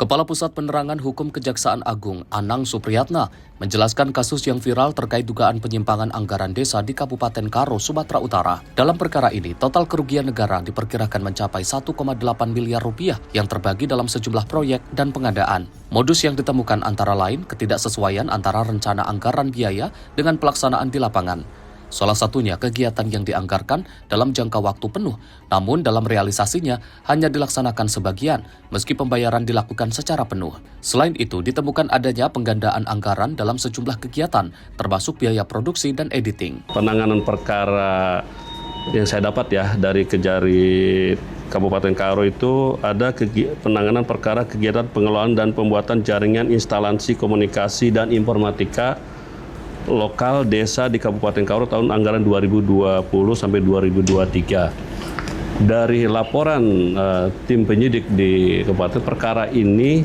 total kerugiannya itu sebetulnya 1,8 miliar. Sebelumnya, jaksa mendakwa Amsal dengan pidana 2 tahun penjara, denda 50 juta rupiah, subsidi 6 bulan kurungan, serta membayar uang pengganti sebesar 202 juta rupiah. Namun dalam pledoinya, Amsal menyanggah seluruh tuduhan tersebut. Amsal menegaskan tidak memiliki niat jahat dan menyebut seluruh proses produksi video, mulai dari konsep, editing, hingga dubbing, merupakan bagian utuh dari karya audiovisual, bukan markup anggaran. Besarnya atensi publik di media sosial mendorong Komisi 3 DPR untuk menggelar rapat dengar pendapat umum pada Senin pagi. Dari Jakarta, jurnalis Sinpo TV melaporkan. Menteri Pendidikan Dasar dan Menengah melakukan kunjungan kerja ke sejumlah sekolah di Kota Depok, Jawa Barat.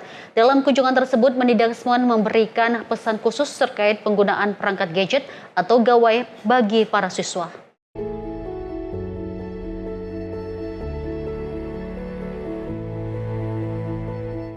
Menteri Pendidikan Dasar dan Menengah menyoroti tingginya angka penggunaan gawai di Indonesia yang saat ini tercatat sebagai salah satu yang tertinggi di dunia. Hal ini menjadi perhatian serius mengingat potensi dampak negatif yang bisa ditimbulkan jika tidak ada pembatasan durasi penggunaan atau screen time. Menteri Pendidikan Dasar dan Menengah Abdul Mukti mengingatkan untuk waspada terhadap penyalahgunaan teknologi, terutama terkait maraknya konten judi online yang kini sering disisipkan pada layanan media sosial. Pembatasan penggunaan gawai dinilai sangat penting agar anak-anak tidak terjebak dalam praktik ilegal tersebut. Bagaimana penggunaan gawai yang bermanfaat dan pembatasan penggunaan gawai dengan memperhatikan screen time. Ini yang paling penting, screen time ini. Kemudian juga screen zone ya, karena sekarang kita harus berusaha untuk bagaimana teknologi ini dapat digunakan untuk hal-hal yang positif, yang mendukung kegiatan pembelajaran dan mendukung kegiatan penguatan pendidikan karakter. Kemudian kita tahu bahwa Indonesia ini negara yang penggunaan media internetnya salah satu yang tertinggi di dunia. Ya, menurut penelitian rata-rata itu 7,3 jam per hari, itu berarti hampir sepertiga dari waktu digunakan untuk berselancar di dunia maya.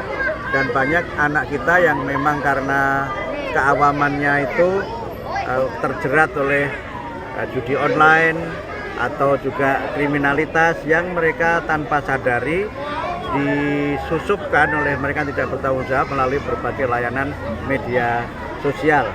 Karena itu kami di kementerian mendorong bagaimana agar budaya hidup sehat, ya, sehat secara fisik, sehat secara intelektual, sehat secara moral dan sosial ini bisa kita kembangkan bersama-sama. Mendikdasmen menegaskan bahwa teknologi seharusnya dimanfaatkan untuk hal-hal positif, terutama yang mendukung proses pembelajaran dan penguatan pendidikan berkarakter. Kunjungan ini diharapkan dapat mendorong pihak sekolah dan orang tua di Kota Depok untuk lebih ketat dalam mengawasi aktivitas digital para siswa. Dari Depok, Jawa Barat, Riswanto Ahmad, Sinpo TV, melaporkan. Warga Beirut makamkan jurnalis korban serangan Israel. Informasi selengkapnya usai jeda berikut ini. Tetaplah bersama kami.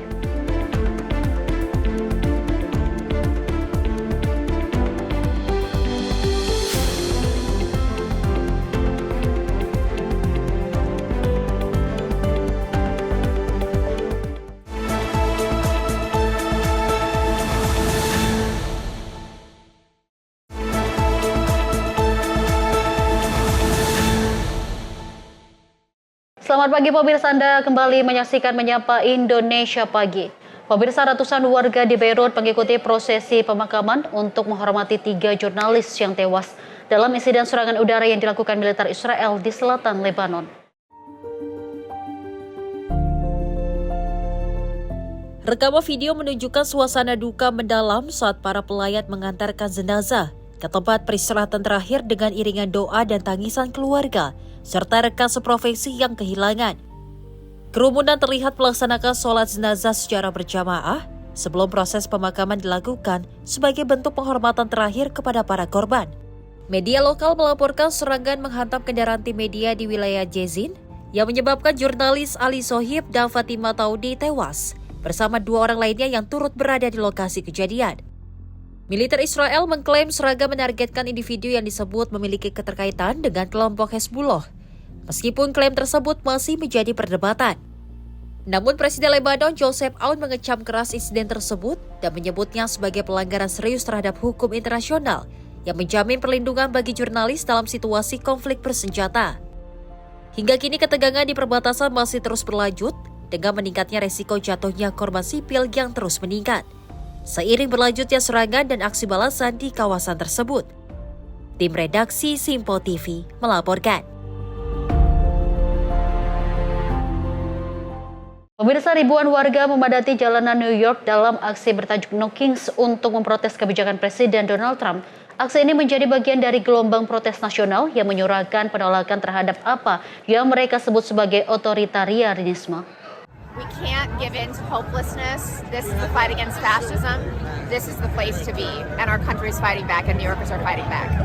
Ribuan pengunjuk rasa berkumpul di sejumlah titik di New York. Mereka menyatakan aksi ini sebagai perlawanan terhadap fasisme serta menentang kebijakan pemerintahan Donald Trump.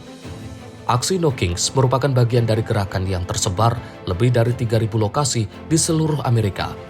Para peserta menyoroti berbagai isu, mulai dari kebijakan imigrasi, perang di Iran, hingga hak demokrasi. Sejumlah orator dalam aksi tersebut menyampaikan kritik keras terhadap pemerintah, termasuk menuduh adanya ketidakadilan dan penyalahgunaan kekuasaan. Aksi ini menegaskan meningkatnya gelombang perlawanan publik terhadap pemerintahan Trump menjelang dinamika politik nasional di Amerika Serikat.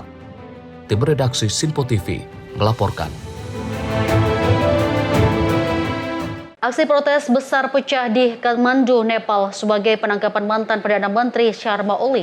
Aksi ini berujung bentrokan antara massa dan aparat keamanan.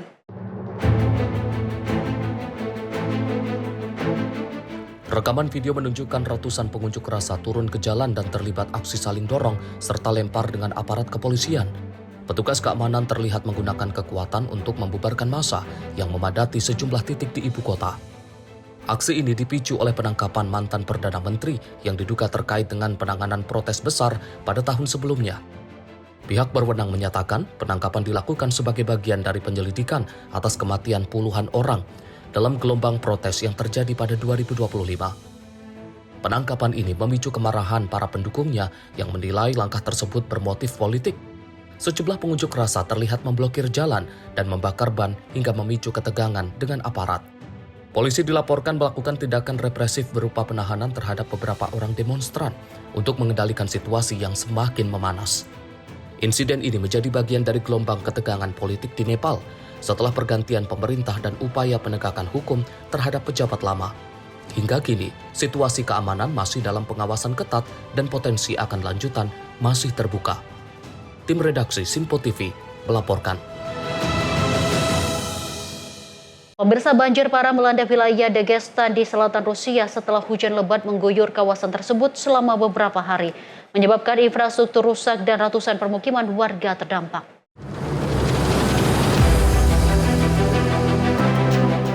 Hujan deras dengan intensitas tinggi yang terjadi dalam waktu cukup lama memicu banjir di sejumlah wilayah yang mengakibatkan meluapnya sungai serta merendam permukiman warga hingga ke sejumlah akses jalan utama. Sebuah jembatan rel kereta dilaporkan ambruk diterjang banjir setelah derasnya arus air menghantam struktur penopang dan melemahkan fondasi jembatan tersebut. Akibatnya akses transportasi terganggu secara signifikan dan distribusi logistik serta mobilitas warga di sejumlah daerah ikut terhambat. Pihak berwenang menyatakan aliran listrik terputus di setidaknya 132 permukiman akibat kerusakan jaringan infrastruktur yang terdampak banjir. Tim penanggulangan bencana telah diterjunkan ke berbagai titik wilayah terdampak untuk melakukan evakuasi warga serta memberikan penanganan darurat bagi korban terdampak. Hingga kini, otoritas setempat masih terus memantau perkembangan situasi di lapangan serta menghimbau warga untuk tetap waspada terhadap potensi banjir susulan dan cuaca buruk yang masih berlanjut. Tim redaksi Sinpo TV melaporkan.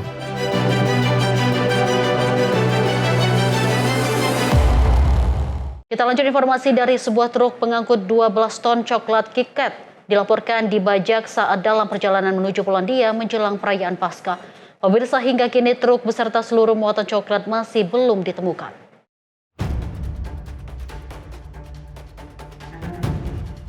Sebuah peristiwa diduga penggelapan truk kargo bermuatan 12 ton coklat varian baru KitKat dengan jumlah lebih dari 400.000 batang. Kendaraan berangkat dari pabrik Nestle di Italia menuju Polandia sebelum akhirnya dibajak pada 26 Maret 2026. Pihak Nestle mengonfirmasi kejadian tersebut dan menyatakan tengah bekerja sama dengan aparat untuk menyelidiki kasus ini. Hingga kini, truk beserta seluruh muatan coklat masih belum ditemukan, namun tidak ada korban luka dalam insiden tersebut. Nestle menyebut pencurian kargo semacam ini semakin marak dan berisiko memasukkan produk ke pasar gelap meski masih bisa dilacak melalui kode produksi. Insiden ini dikhawatirkan akan berdampak pada pasokan coklat di sejumlah wilayah Eropa menjelang perayaan Paskah. Tim redaksi Sinpo TV melaporkan. Pemirsa, tumpukan sampah rumah tangga setinggi 2 hingga 4 meter menggunung dan nyaris menumpuk menutup akses jalan di tempat pembuangan sampah TPS Rawadas Pondokopi, Durensawit, Jakarta Timur. Selain mengganggu penggunaan jalan, kondisi ini juga dikeluhkan warga sekitar maupun yang akan berziarah makam karena aroma bau yang menyengat. Beginilah kondisi TPS di Rawadas Pondokopi, Durensawit, Jakarta Timur pada Minggu sore. Gunungan sampah nampak meluber hingga ke badan jalan dan mengganggu akses jalan penghubung di area TPU setempat. Warga dan pengguna jalan yang melintas terpaksa menutup hidung lantaran bau yang sangat menyengat dan sangat mengganggu kenyamanan. Pihak RW setempat menyebut penumpukan ini terjadi karena tidak ada truk pengangkut dari Dinas Lingkungan Hidup yang datang. Penumpukan terjadi akibat terhambatnya truk pengangkut ke TPS akibat proses pembongkaran sampah di TPST Bantar Gebang. Petugas kebersihan terpaksa menumpuk sampah agar gerobak sampah bisa segera digunakan kembali untuk mengambil sampah di lingkungan warga. Terus ini Bapak tahu nggak tentang masalah sampah itu? Kalau itu mas saya kurang tahu Pak kalau itu. Ya mudah-mudahan cepat aja diatasin Pak.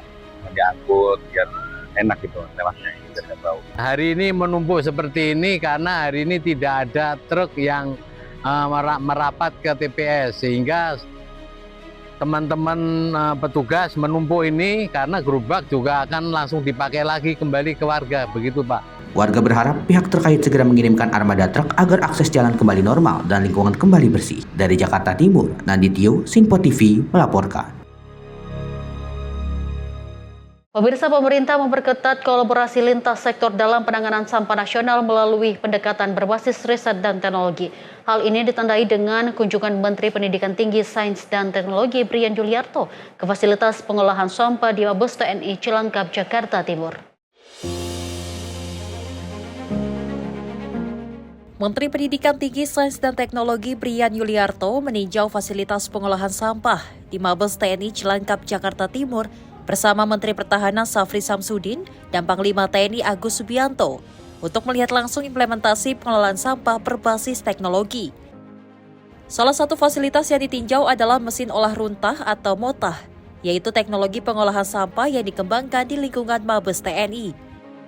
Teknologi ini dinilai memiliki potensi untuk direplikasi di berbagai daerah sebagai solusi pengurangan beban tempat pembuangan akhir sekaligus meningkatkan nilai tambah dari pengelolaan sampah. Menteri Brian menekankan pentingnya pendekatan berbasis riset dan inovasi dalam menangani persoalan sampah yang kian kompleks. Ia menilai kolaborasi lintas sektor mulai dari pemerintah pusat, institusi pertahanan, pemerintah daerah hingga perguruan tinggi menjadi kunci dalam menghadirkan solusi yang adaptif dan berkelanjutan. Tim redaksi Sinpo TV melaporkan. Kita lanjut informasi dari diaspora Indonesia yang menyambut kunjungan kerja Presiden RI Prabowo Subianto ke Jepang dengan antusias. Pemirsa, momentum ini dinilai peluang strategis untuk memasarkan produk UMKM Indonesia di pasar Jepang. Diaspora Indonesia menyambut hangat kunjungan kerja Presiden Prabowo Subianto ke Jepang, melihat momentum ini sebagai peluang strategis untuk memperkenalkan produk UMKM ke pasar negeri Sakura.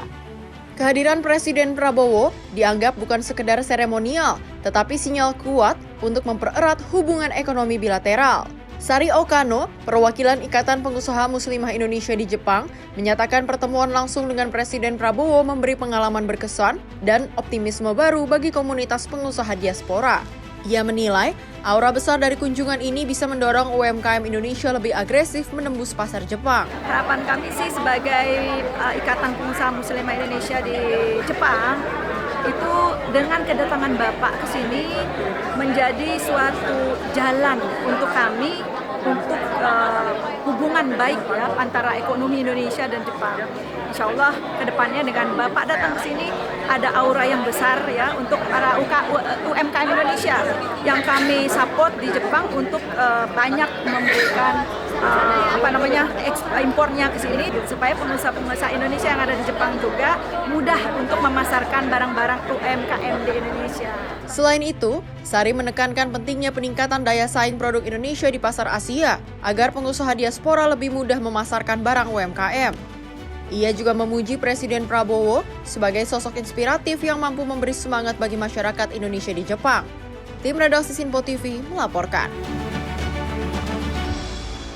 Kita lanjut informasi dari Ketua Dewan Pers Komarudin Hidayat menyampaikan rencana pembentukan lembaga khusus penghimpunan dana jurnalisme untuk meningkatkan kualitas wartawan dan perusahaan pers. Skema pendanaan tersebut akan dirancang hati-hati dan mengedepankan independensi pers.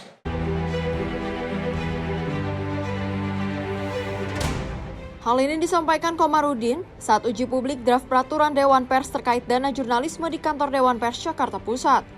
Agenda pertemuan tersebut dihadiri oleh berbagai tokoh pers guna membahas pembentukan lembaga khusus yang bertugas menghimpun pendanaan bagi pengembangan kualitas pers.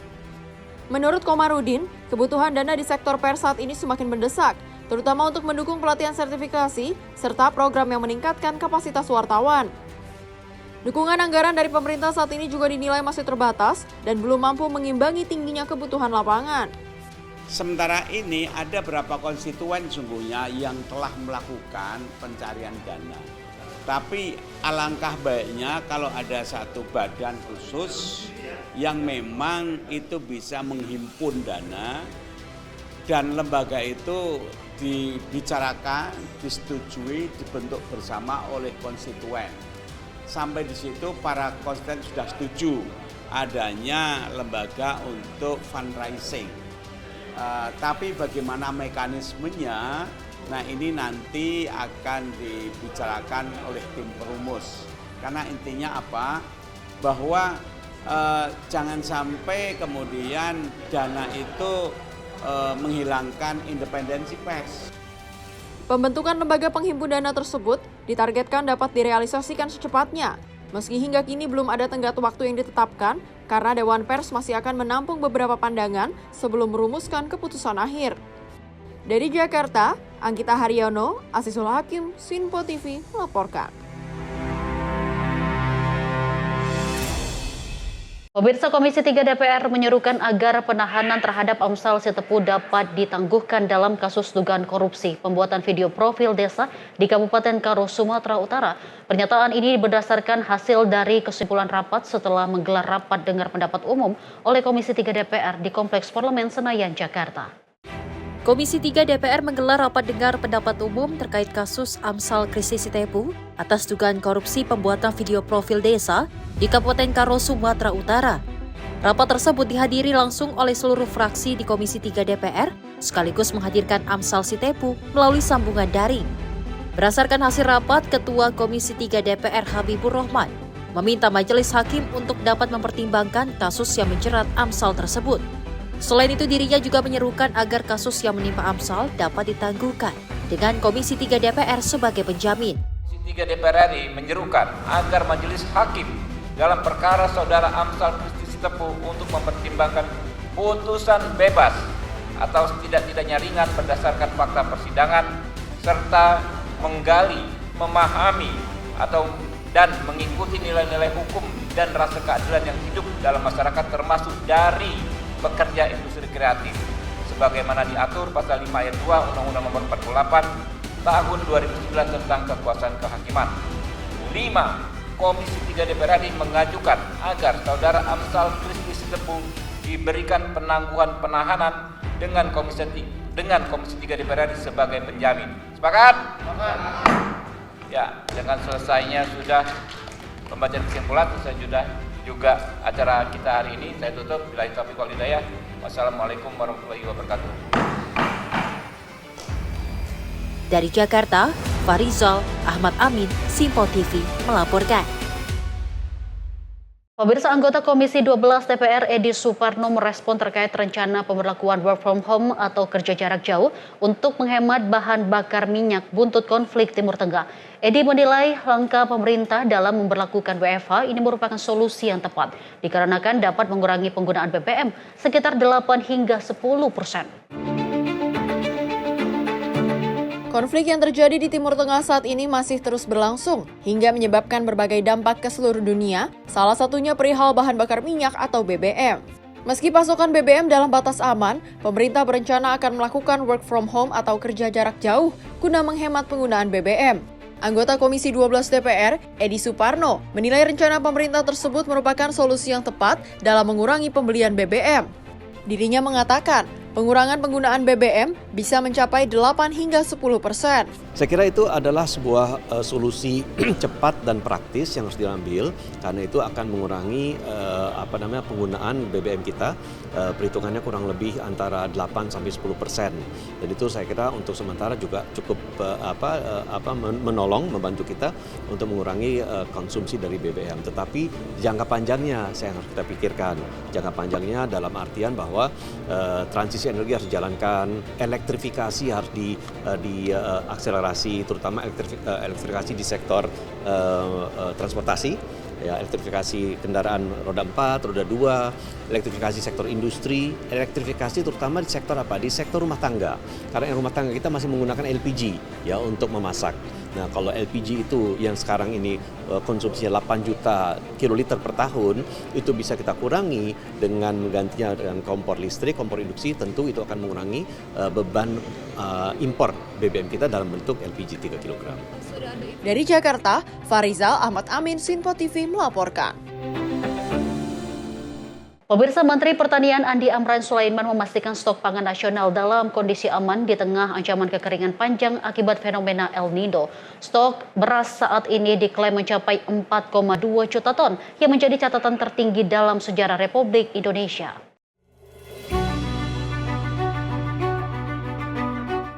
Kepastian tersebut diungkapkan Menteri Pertanian Andi Amran Sulaiman usai membuka pertemuan saudagar Bugis Makassar ke-26 yang digelar Kerukunan Keluarga Sulawesi Selatan atau KKSS di salah satu hotel di Kota Makassar. Di tengah bayang-bayang kekeringan ekstrim akibat fenomena El Nino yang diprediksi mencapai puncaknya pada April mendatang, pemerintah menjamin ketersediaan pangan tetap terjaga. Bahkan, cadangan beras nasional saat ini telah menyentuh angka 4,2 juta ton. Angka ini diprediksi akan terus meningkat hingga 5 juta ton pada bulan depan. Capaian ini disebut sebagai level cadangan pangan tertinggi sepanjang sejarah Indonesia berdiri. Selain mengandalkan cadangan tersimpan, pemerintah turut memperhitungkan potensi panen raya yang masih berlangsung. Dengan proyeksi produksi minimal 2 juta ton per bulan, selama 7 bulan ke depan, total pasokan diprediksi mencapai 14 juta ton. Jumlah yang sangat memadai untuk mengamankan kebutuhan nasional hingga Mei tahun depan.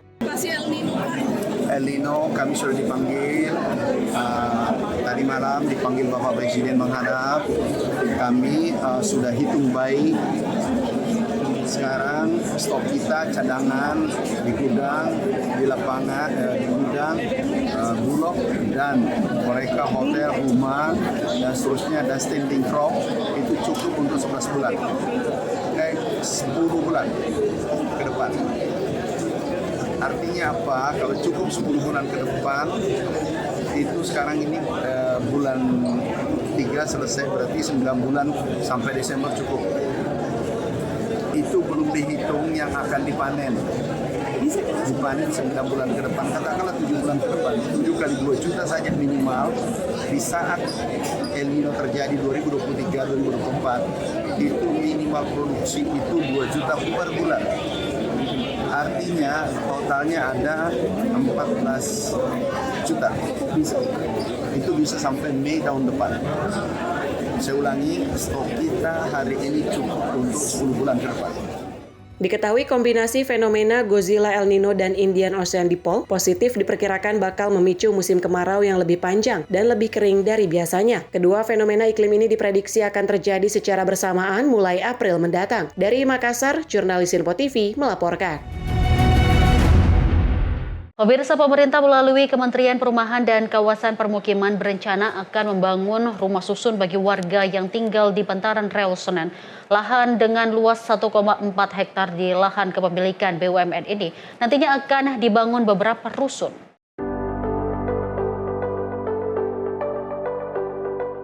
Menteri Perumahan dan Kawasan Pemukiman Marwarar Sirait meninjau lokasi lahan Badan Usaha Milik Negara atau BUMN di kawasan Senen, Jakarta Pusat. Lahan dengan luas 1,4 hektar ini merupakan milik BUMN yang akan dibangun rumah susun. Nantinya untuk pembiayaan pembangunan rusun sendiri akan berkolaborasi dengan pihak swasta. Namun untuk detailnya belum bisa diumumkan, yang pasti rusun tersebut akan dipergunakan untuk warga miskin. Sementara untuk skema rusun tersebut nantinya akan menggunakan sistem sewa. Ya, kalau saran saya Pak Doni, udahlah aset-aset BUMN yang di kota-kota kita sebagian kerjasamakan, tetap punya BUMN, kita bangunin rumah buat rakyat. Seperti ini. Luasnya berapa Pak? Ini 1,4 hektar. Angkasa Pura. Dibangunnya bentuknya? Tadi udah kasih lihat tuh gambarnya, ada contoh-contohnya ya. Nah, nanti Pak Doni atur, karena yang punya yang atur. Lihat strukturnya, tapi kemungkinan besar adalah akan kita sewa dengan sangat murah. Sehingga itu memungkinkan untuk saudara-saudara kita menempati.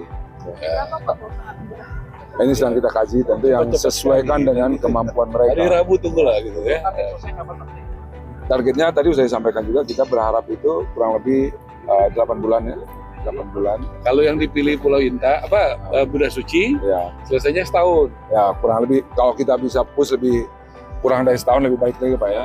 Rencananya rusun tersebut akan ditargetkan rampung selama 8 bulan terhitung dari peletakan batu pertama. Dari Jakarta, Riswanto Ahmad, Sinpo TV melaporkan. Pemirsa, pastikan Anda terus bersama kami karena usai jeda berikut ini kami akan hadir kembali dengan sejumlah informasi dan peristiwa lainnya. Tetaplah bersama kami di Sinpo TV.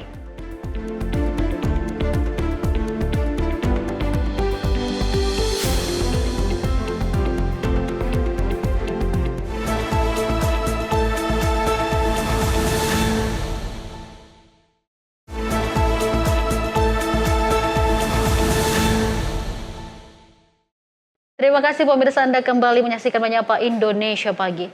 Pemirsa, usai libur lebaran, Ibu Kota Jakarta kembali dilanda kemacetan. Salah satu titik kepadatan terjadi di Jalan Basuki Rahmat, Jatinegara, Jakarta Timur. Ratusan kendaraan terlihat memadati ruas jalan menuju Jalan Raya Kasablanka, Tebet, Jakarta Selatan. Arus lalu lintas di ruas Jalan Basuki Rahmat terlihat padat merayap sejak Senin pagi. Kendaraan pribadi dan sepeda motor mendominasi jalanan seiring aktivitas warga yang kembali normal usai libur panjang Lebaran. Kondisi ini diperparah dengan meningkatnya volume kendaraan dari arah Bekasi menuju kawasan perkantoran di Tebet dan Mega Kuningan. Sejumlah pengendara mengaku kemacetan sudah terasa sejak hari pertama masuk kerja dan memilih jalur utama masih menjadi pilihan meski padat. Mulai macet belum Bang hari pertama libur Lebaran ini? Udah mulai hari ini sih macet. Iya. Ini sekarang mana Bang? Mau ke Mega Kuningan. Mau kerja? Iya. Ini lewat jalan alternatif atau bagaimana? Lewat sini sih.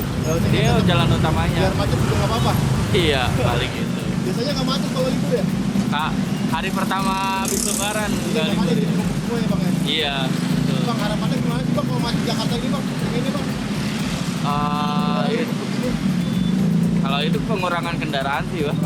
Iya, betul. Warga pun berharap adanya upaya pemerintah guna mengurangi volume kendaraan dari arah Bekasi menuju Jakarta sehingga tidak terjadi penumpukan kendaraan. Dari Jakarta Timur, Nandityo, Simpo TV melaporkan. Pemirsa, selama libur Lebaran penumpang LRT Sumsel mencapai 213.000 orang dengan lonjakan signifikan.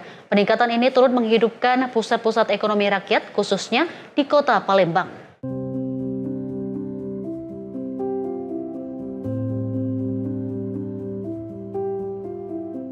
Selama masa angkutan Lebaran pada 13 hingga 26 Maret 2026, LRT Sumatera Selatan melayani 213.150 penumpang dengan rata-rata 15.225 penumpang per hari.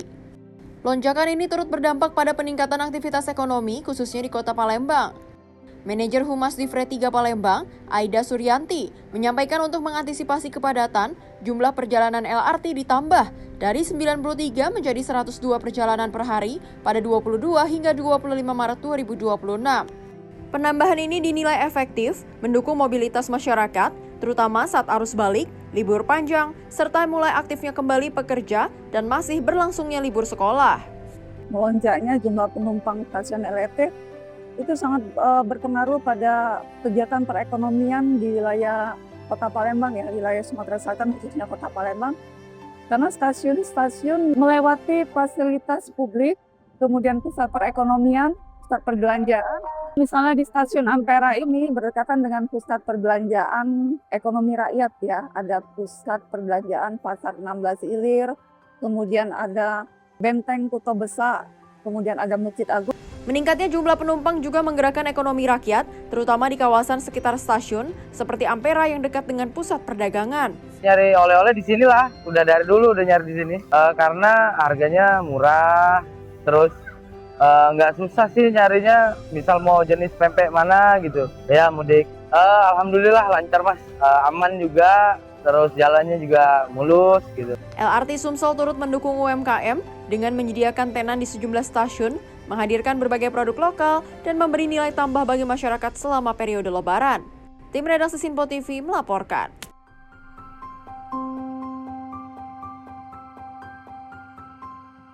Kita lanjut informasi dari wisatawan domestik dan mancanegara memadati IKN selama libur Lebaran 2026. Lonjakan pengunjung ini mendorong pertumbuhan ekonomi UMKM di kawasan. Kawasan Ibu Kota Nusantara di Kalimantan Timur dipadati wisatawan domestik dan mancanegara selama libur Idul Fitri 2026. Tingginya kunjungan ini turut mendorong aktivitas ekonomi, terutama bagi pelaku UMKM di sekitar kawasan. Juru bicara Otorita IKN, Troy Pantoy, menyampaikan untuk menunjang kenyamanan pengunjung, Otorita IKN menghadirkan berbagai fasilitas dan hiburan di kawasan inti, mulai dari kuliner di Plaza Seremoni hingga pertunjukan di Nusantara Park. Selain itu, pengunjung juga dapat memperoleh informasi seputar pembangunan IKN melalui pusat informasi yang tersedia. Lonjakan wisatawan berdampak langsung pada peningkatan omset pelaku usaha, mulai dari kuliner hingga souvenir. Kondisi ini menunjukkan potensi IKN tidak hanya sebagai pusat pemerintahan, tetapi juga sebagai penggerak ekonomi masyarakat. The future, Nusantara will be the capital of Indonesia. So, I think because it's a big festival, I'm looking forward to moving here in the future. Dari awal kita mulai dari 1 jutaan, tapi karena kita melihat antusias orang-orang, pembeli-pembeli di sini banyak, kita tingkatkan kualitas dan jumlah lebih banyak, jadi omset kita di atas lagi, lebih dari 1 juta. Mungkin sehari bisa 1,8, tapi alhamdulillah selama lebaran pertama sampai ketiga ini kita bisa mungkin per hari itu kira-kira 10 sampai 15 alhamdulillah ada.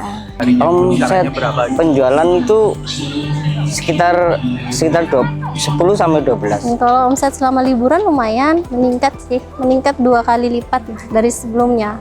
Karena ini kan liburan kan orang, jadi meningkat lumayan.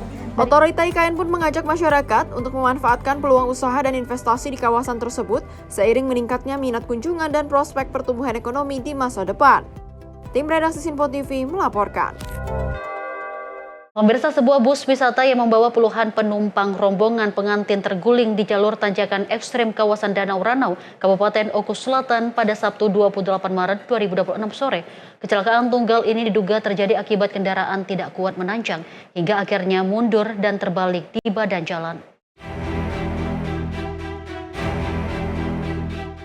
Inilah rekaman video amatir yang viral di media sosial, memperlihatkan kondisi Mitsubishi Microbus dengan nomor polisi BE 7403BU yang terbalik di tepi Jalan Raya Pustri, Desa Pustri, Kecamatan BPR, Ranau Tengah.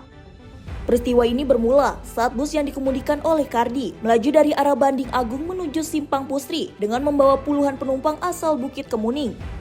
Saat melintasi jalur menanjak dan berkelok, kendaraan diduga kehilangan tenaga hingga mundur dan hilang kendali. Bus kemudian terguling sebanyak 2 kali sebelum akhirnya berhenti usai menghantam pembatas jalan. Satlantas Polres OKU Selatan mencatat sebanyak 28 penumpang menjadi korban dalam insiden ini. Meski tidak ada korban jiwa, seluruh penumpang mengalami luka-luka, dengan 3 orang diantaranya menderita luka berat dan segera dievakuasi ke puskesmas terdekat. Pihak kepolisian mengimbau para pengendara untuk selalu memastikan kondisi kelayakan kendaraan sebelum melintasi jalur wisata dengan medan berat. Bagus Maulana, tim redaksi Sinpo TV melaporkan.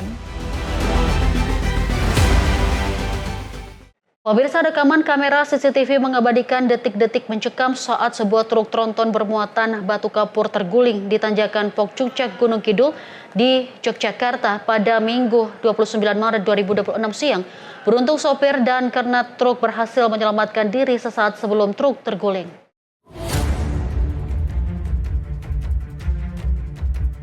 Inilah rekaman CCTV yang memperlihatkan detik-detik kecelakaan lalu lintas tunggal di Jalan Semanu Bedoyo, tepatnya di tanjakan Pokcucak, Gunung Kidul, pada Minggu 29 Maret 2026 siang. Satu unit truk tronton yang membawa muatan batu kapur tiba-tiba kehilangan kendali saat melintas dari arah timur menuju ke barat. Kejadian ini diduga kuat karena truk mengalami gangguan pada sistem pengereman atau remblong. Menyadari kendaraannya tak lagi bisa dikendalikan, sopir dan kernet dengan sigap langsung melompat keluar dari kabin guna menyelamatkan diri. Hanya berselang beberapa detik kemudian, truk tersebut akhirnya terguling dan menutup sebagian badan jalan. Meski kendaraan mengalami kerusakan cukup parah dan muatan batu kapur berserakan di jalan, beruntung tidak ada korban jiwa dalam peristiwa ini.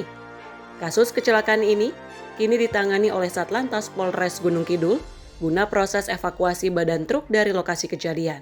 Zata Yumni, tim redaksi Sinpo TV melaporkan. Pemirsa, kebakaran hebat menghanguskan pabrik produksi gelas plastik di kawasan Wanaherang, Gunung Putri, Kabupaten Bogor pada Minggu 29 Maret 2026.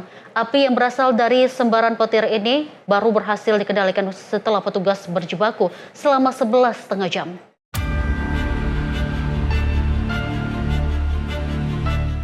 Inilah rekaman video amatir saat kobaran api dengan cepat merembet dan melahap habis gudang produksi plastik di Jalan Jampang, Desa Wanaherang.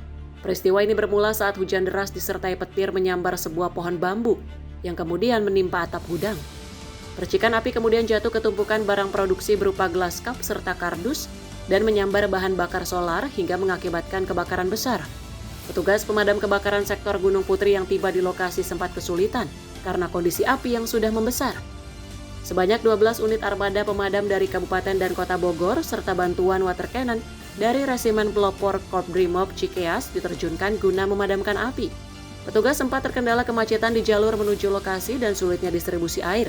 Meski demikian, api akhirnya berhasil dikendalikan pada Senin dini hari, sekitar pukul 3.00 waktu Indonesia Barat.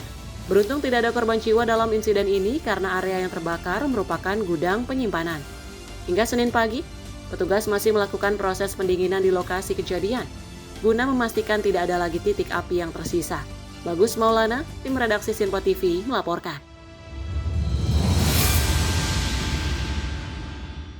Pemirsa, kasus video editing yang viral di media sosial menjadi perhatian publik. Kejaksaan Agung menegaskan siap memberikan penjelasan secara terbuka, termasuk menghadapi rapat dengar pendapat dengan DPR. Kepala Pusat Penerangan Hukum Kejaksaan Agung, Anang Supriyatna, menjelaskan kasus yang viral terkait dugaan penyimpangan anggaran desa di Kabupaten Karo, Sumatera Utara. Dalam perkara ini, total kerugian negara diperkirakan mencapai 1,8 miliar rupiah yang terbagi dalam sejumlah proyek dan pengadaan. Modus yang ditemukan antara lain ketidaksesuaian antara rencana anggaran biaya dengan pelaksanaan di lapangan. Salah satunya kegiatan yang dianggarkan dalam jangka waktu penuh, namun dalam realisasinya hanya dilaksanakan sebagian, meski pembayaran dilakukan secara penuh. Selain itu, ditemukan adanya penggandaan anggaran dalam sejumlah kegiatan, termasuk biaya produksi dan editing. Penanganan perkara yang saya dapat dari Kejari Kabupaten Karo itu ada penanganan perkara kegiatan pengelolaan dan pembuatan jaringan instalasi komunikasi dan informatika lokal desa di Kabupaten Karo tahun anggaran 2020 sampai 2023. Dari laporan tim penyidik di Kabupaten, perkara ini total kerugiannya itu sebetulnya 1,8 miliar. Sebelumnya, jaksa mendakwa Amsal dengan pidana 2 tahun penjara, denda 50 juta rupiah, subsidi 6 bulan kurungan, serta membayar uang pengganti sebesar 202 juta rupiah. Namun dalam pledoinya, Amsal menyanggah seluruh tuduhan tersebut. Amsal menegaskan tidak memiliki niat jahat dan menyebut seluruh proses produksi video, mulai dari konsep, editing, hingga dubbing, merupakan bagian utuh dari karya audiovisual, bukan markup anggaran. Besarnya atensi publik di media sosial mendorong Komisi 3 DPR untuk menggelar rapat dengar pendapat umum pada Senin pagi. Dari Jakarta, jurnalis Sinpo TV melaporkan. Menteri Pendidikan Dasar dan Menengah melakukan kunjungan kerja ke sejumlah sekolah di Kota Depok, Jawa Barat. Dalam kunjungan tersebut, Mendikbud memberikan pesan khusus terkait penggunaan perangkat gadget atau gawai bagi para siswa.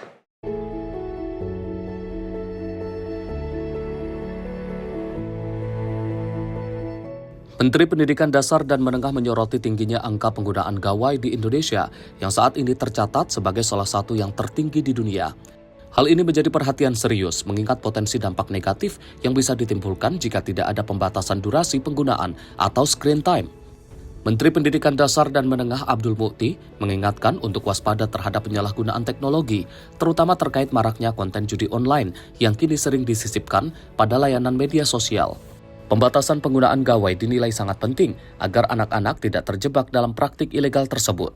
Bagaimana penggunaan gawai yang bermanfaat dan pembatasan penggunaan gawai dengan memperhatikan screen time. Ini yang paling penting, screen time ini. Kemudian juga screen zone ya. Karena sekarang kita harus berusaha untuk bagaimana teknologi ini dapat digunakan untuk hal-hal yang positif yang mendukung kegiatan pembelajaran dan mendukung kegiatan penguatan pendidikan karakter. Kemudian kita tahu bahwa Indonesia ini negara yang penggunaan media internetnya salah satu yang tertinggi di dunia. Ya, menurut penelitian rata-rata itu 7,3 jam per hari, itu berarti hampir sepertiga dari waktu digunakan untuk berselancar di dunia maya. Dan banyak anak kita yang memang karena keawamannya itu terjerat oleh judi online atau juga kriminalitas yang mereka tanpa sadari disusupkan oleh mereka yang tidak bertanggung jawab melalui berbagai layanan media sosial. Karena itu kami di kementerian mendorong bagaimana agar budaya hidup sehat, ya, sehat secara fisik, sehat secara intelektual, sehat secara moral dan sosial ini bisa kita kembangkan bersama-sama. Mendikdasmen menegaskan bahwa teknologi seharusnya dimanfaatkan untuk hal-hal positif, terutama yang mendukung proses pembelajaran dan penguatan pendidikan berkarakter. Kunjungan ini diharapkan dapat mendorong pihak sekolah dan orang tua di Kota Depok untuk lebih ketat dalam mengawasi aktivitas digital para siswa. Dari Depok, Jawa Barat, Riswanto Ahmad, Sinpo TV, melaporkan. Sementara itu, pemirsa, Kementerian Komunikasi dan Digital menindaklanjuti PP Tunas yang membatasi akses anak di platform digital. Komdigi mengirim surat dan instruksi kepada layanan digital untuk memastikan kepatuhan aturan baru ini.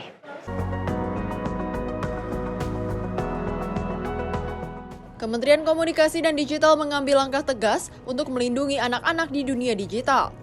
Pemerintah baru-baru ini resmi memberlakukan Peraturan Pemerintah Nomor 17 Tahun 2025 tentang tata kelola penyelenggaraan sistem elektronik dalam perlindungan anak atau PP Tunas yang membatasi akses anak di berbagai platform digital. Menyikapi aturan ini, Komdigi mengirim surat dan instruksi kepada seluruh layanan digital yang beroperasi di Indonesia. Menkomdigi, Mutia Hafid menegaskan, kebijakan ini merupakan wujud komitmen negara dalam memastikan keamanan anak di ruang daring. 8 platform utama, yaitu YouTube, TikTok, Facebook, Instagram, Threads, X, Bigo Live, dan Roblox, telah menerima surat tersebut. Beberapa platform, termasuk X dan Bigo Live, sudah menunjukkan kepatuhan penuh, sementara Roblox dan TikTok masih diminta melengkapi implementasi aturan secara menyeluruh. Indonesia akan mengimplementasikan PP Tunas. Ini adalah mandat kedaulatan digital yang telah ditetapkan melalui PP ditandatangani oleh Bapak Presiden Prabowo tepat 1 tahun yang lalu. Pemerintah telah memberikan masa transisi yang cukup, yaitu selama 1 tahun penuh sejak 28 Maret 2025 bagi para penyelenggara sistem elektronik PSE untuk melakukan pembenahan. Setelah menetapkan peraturan turunan pelaksana PP Tunas, kami juga telah bersurat dan menginstruksikan khususnya kepada 8 platform pertama karena dilakukan secara bertahap dan pada tahap implementasi awal ini untuk menyampaikan komitmen dan rencana aksi kepatuhan dari masing-masing platform. Dengan demikian, pemerintah menginstruksikan semua platform digital yang berbisnis di Indonesia untuk segera menyelaraskan produk, fitur, dan layanan sesuai dengan peraturan yang berlaku. Kami kembali tegaskan bahwa tidak ada kompromi dalam hal kepatuhan dan bahwa setiap entitas bisnis yang beroperasi di Indonesia wajib mematuhi hukum yang juga berlaku di Indonesia. Pemerintah akan terus memantau kepatuhan platform dan menegaskan bahwa sanksi sesuai peraturan perundang-undangan dapat diterapkan bagi pihak yang tidak patuh. Langkah ini diharapkan memperkuat perlindungan anak, sekaligus menegaskan bahwa setiap entitas bisnis digital wajib mematuhi hukum yang berlaku di Indonesia. Tim redaksi Sinpo TV melaporkan.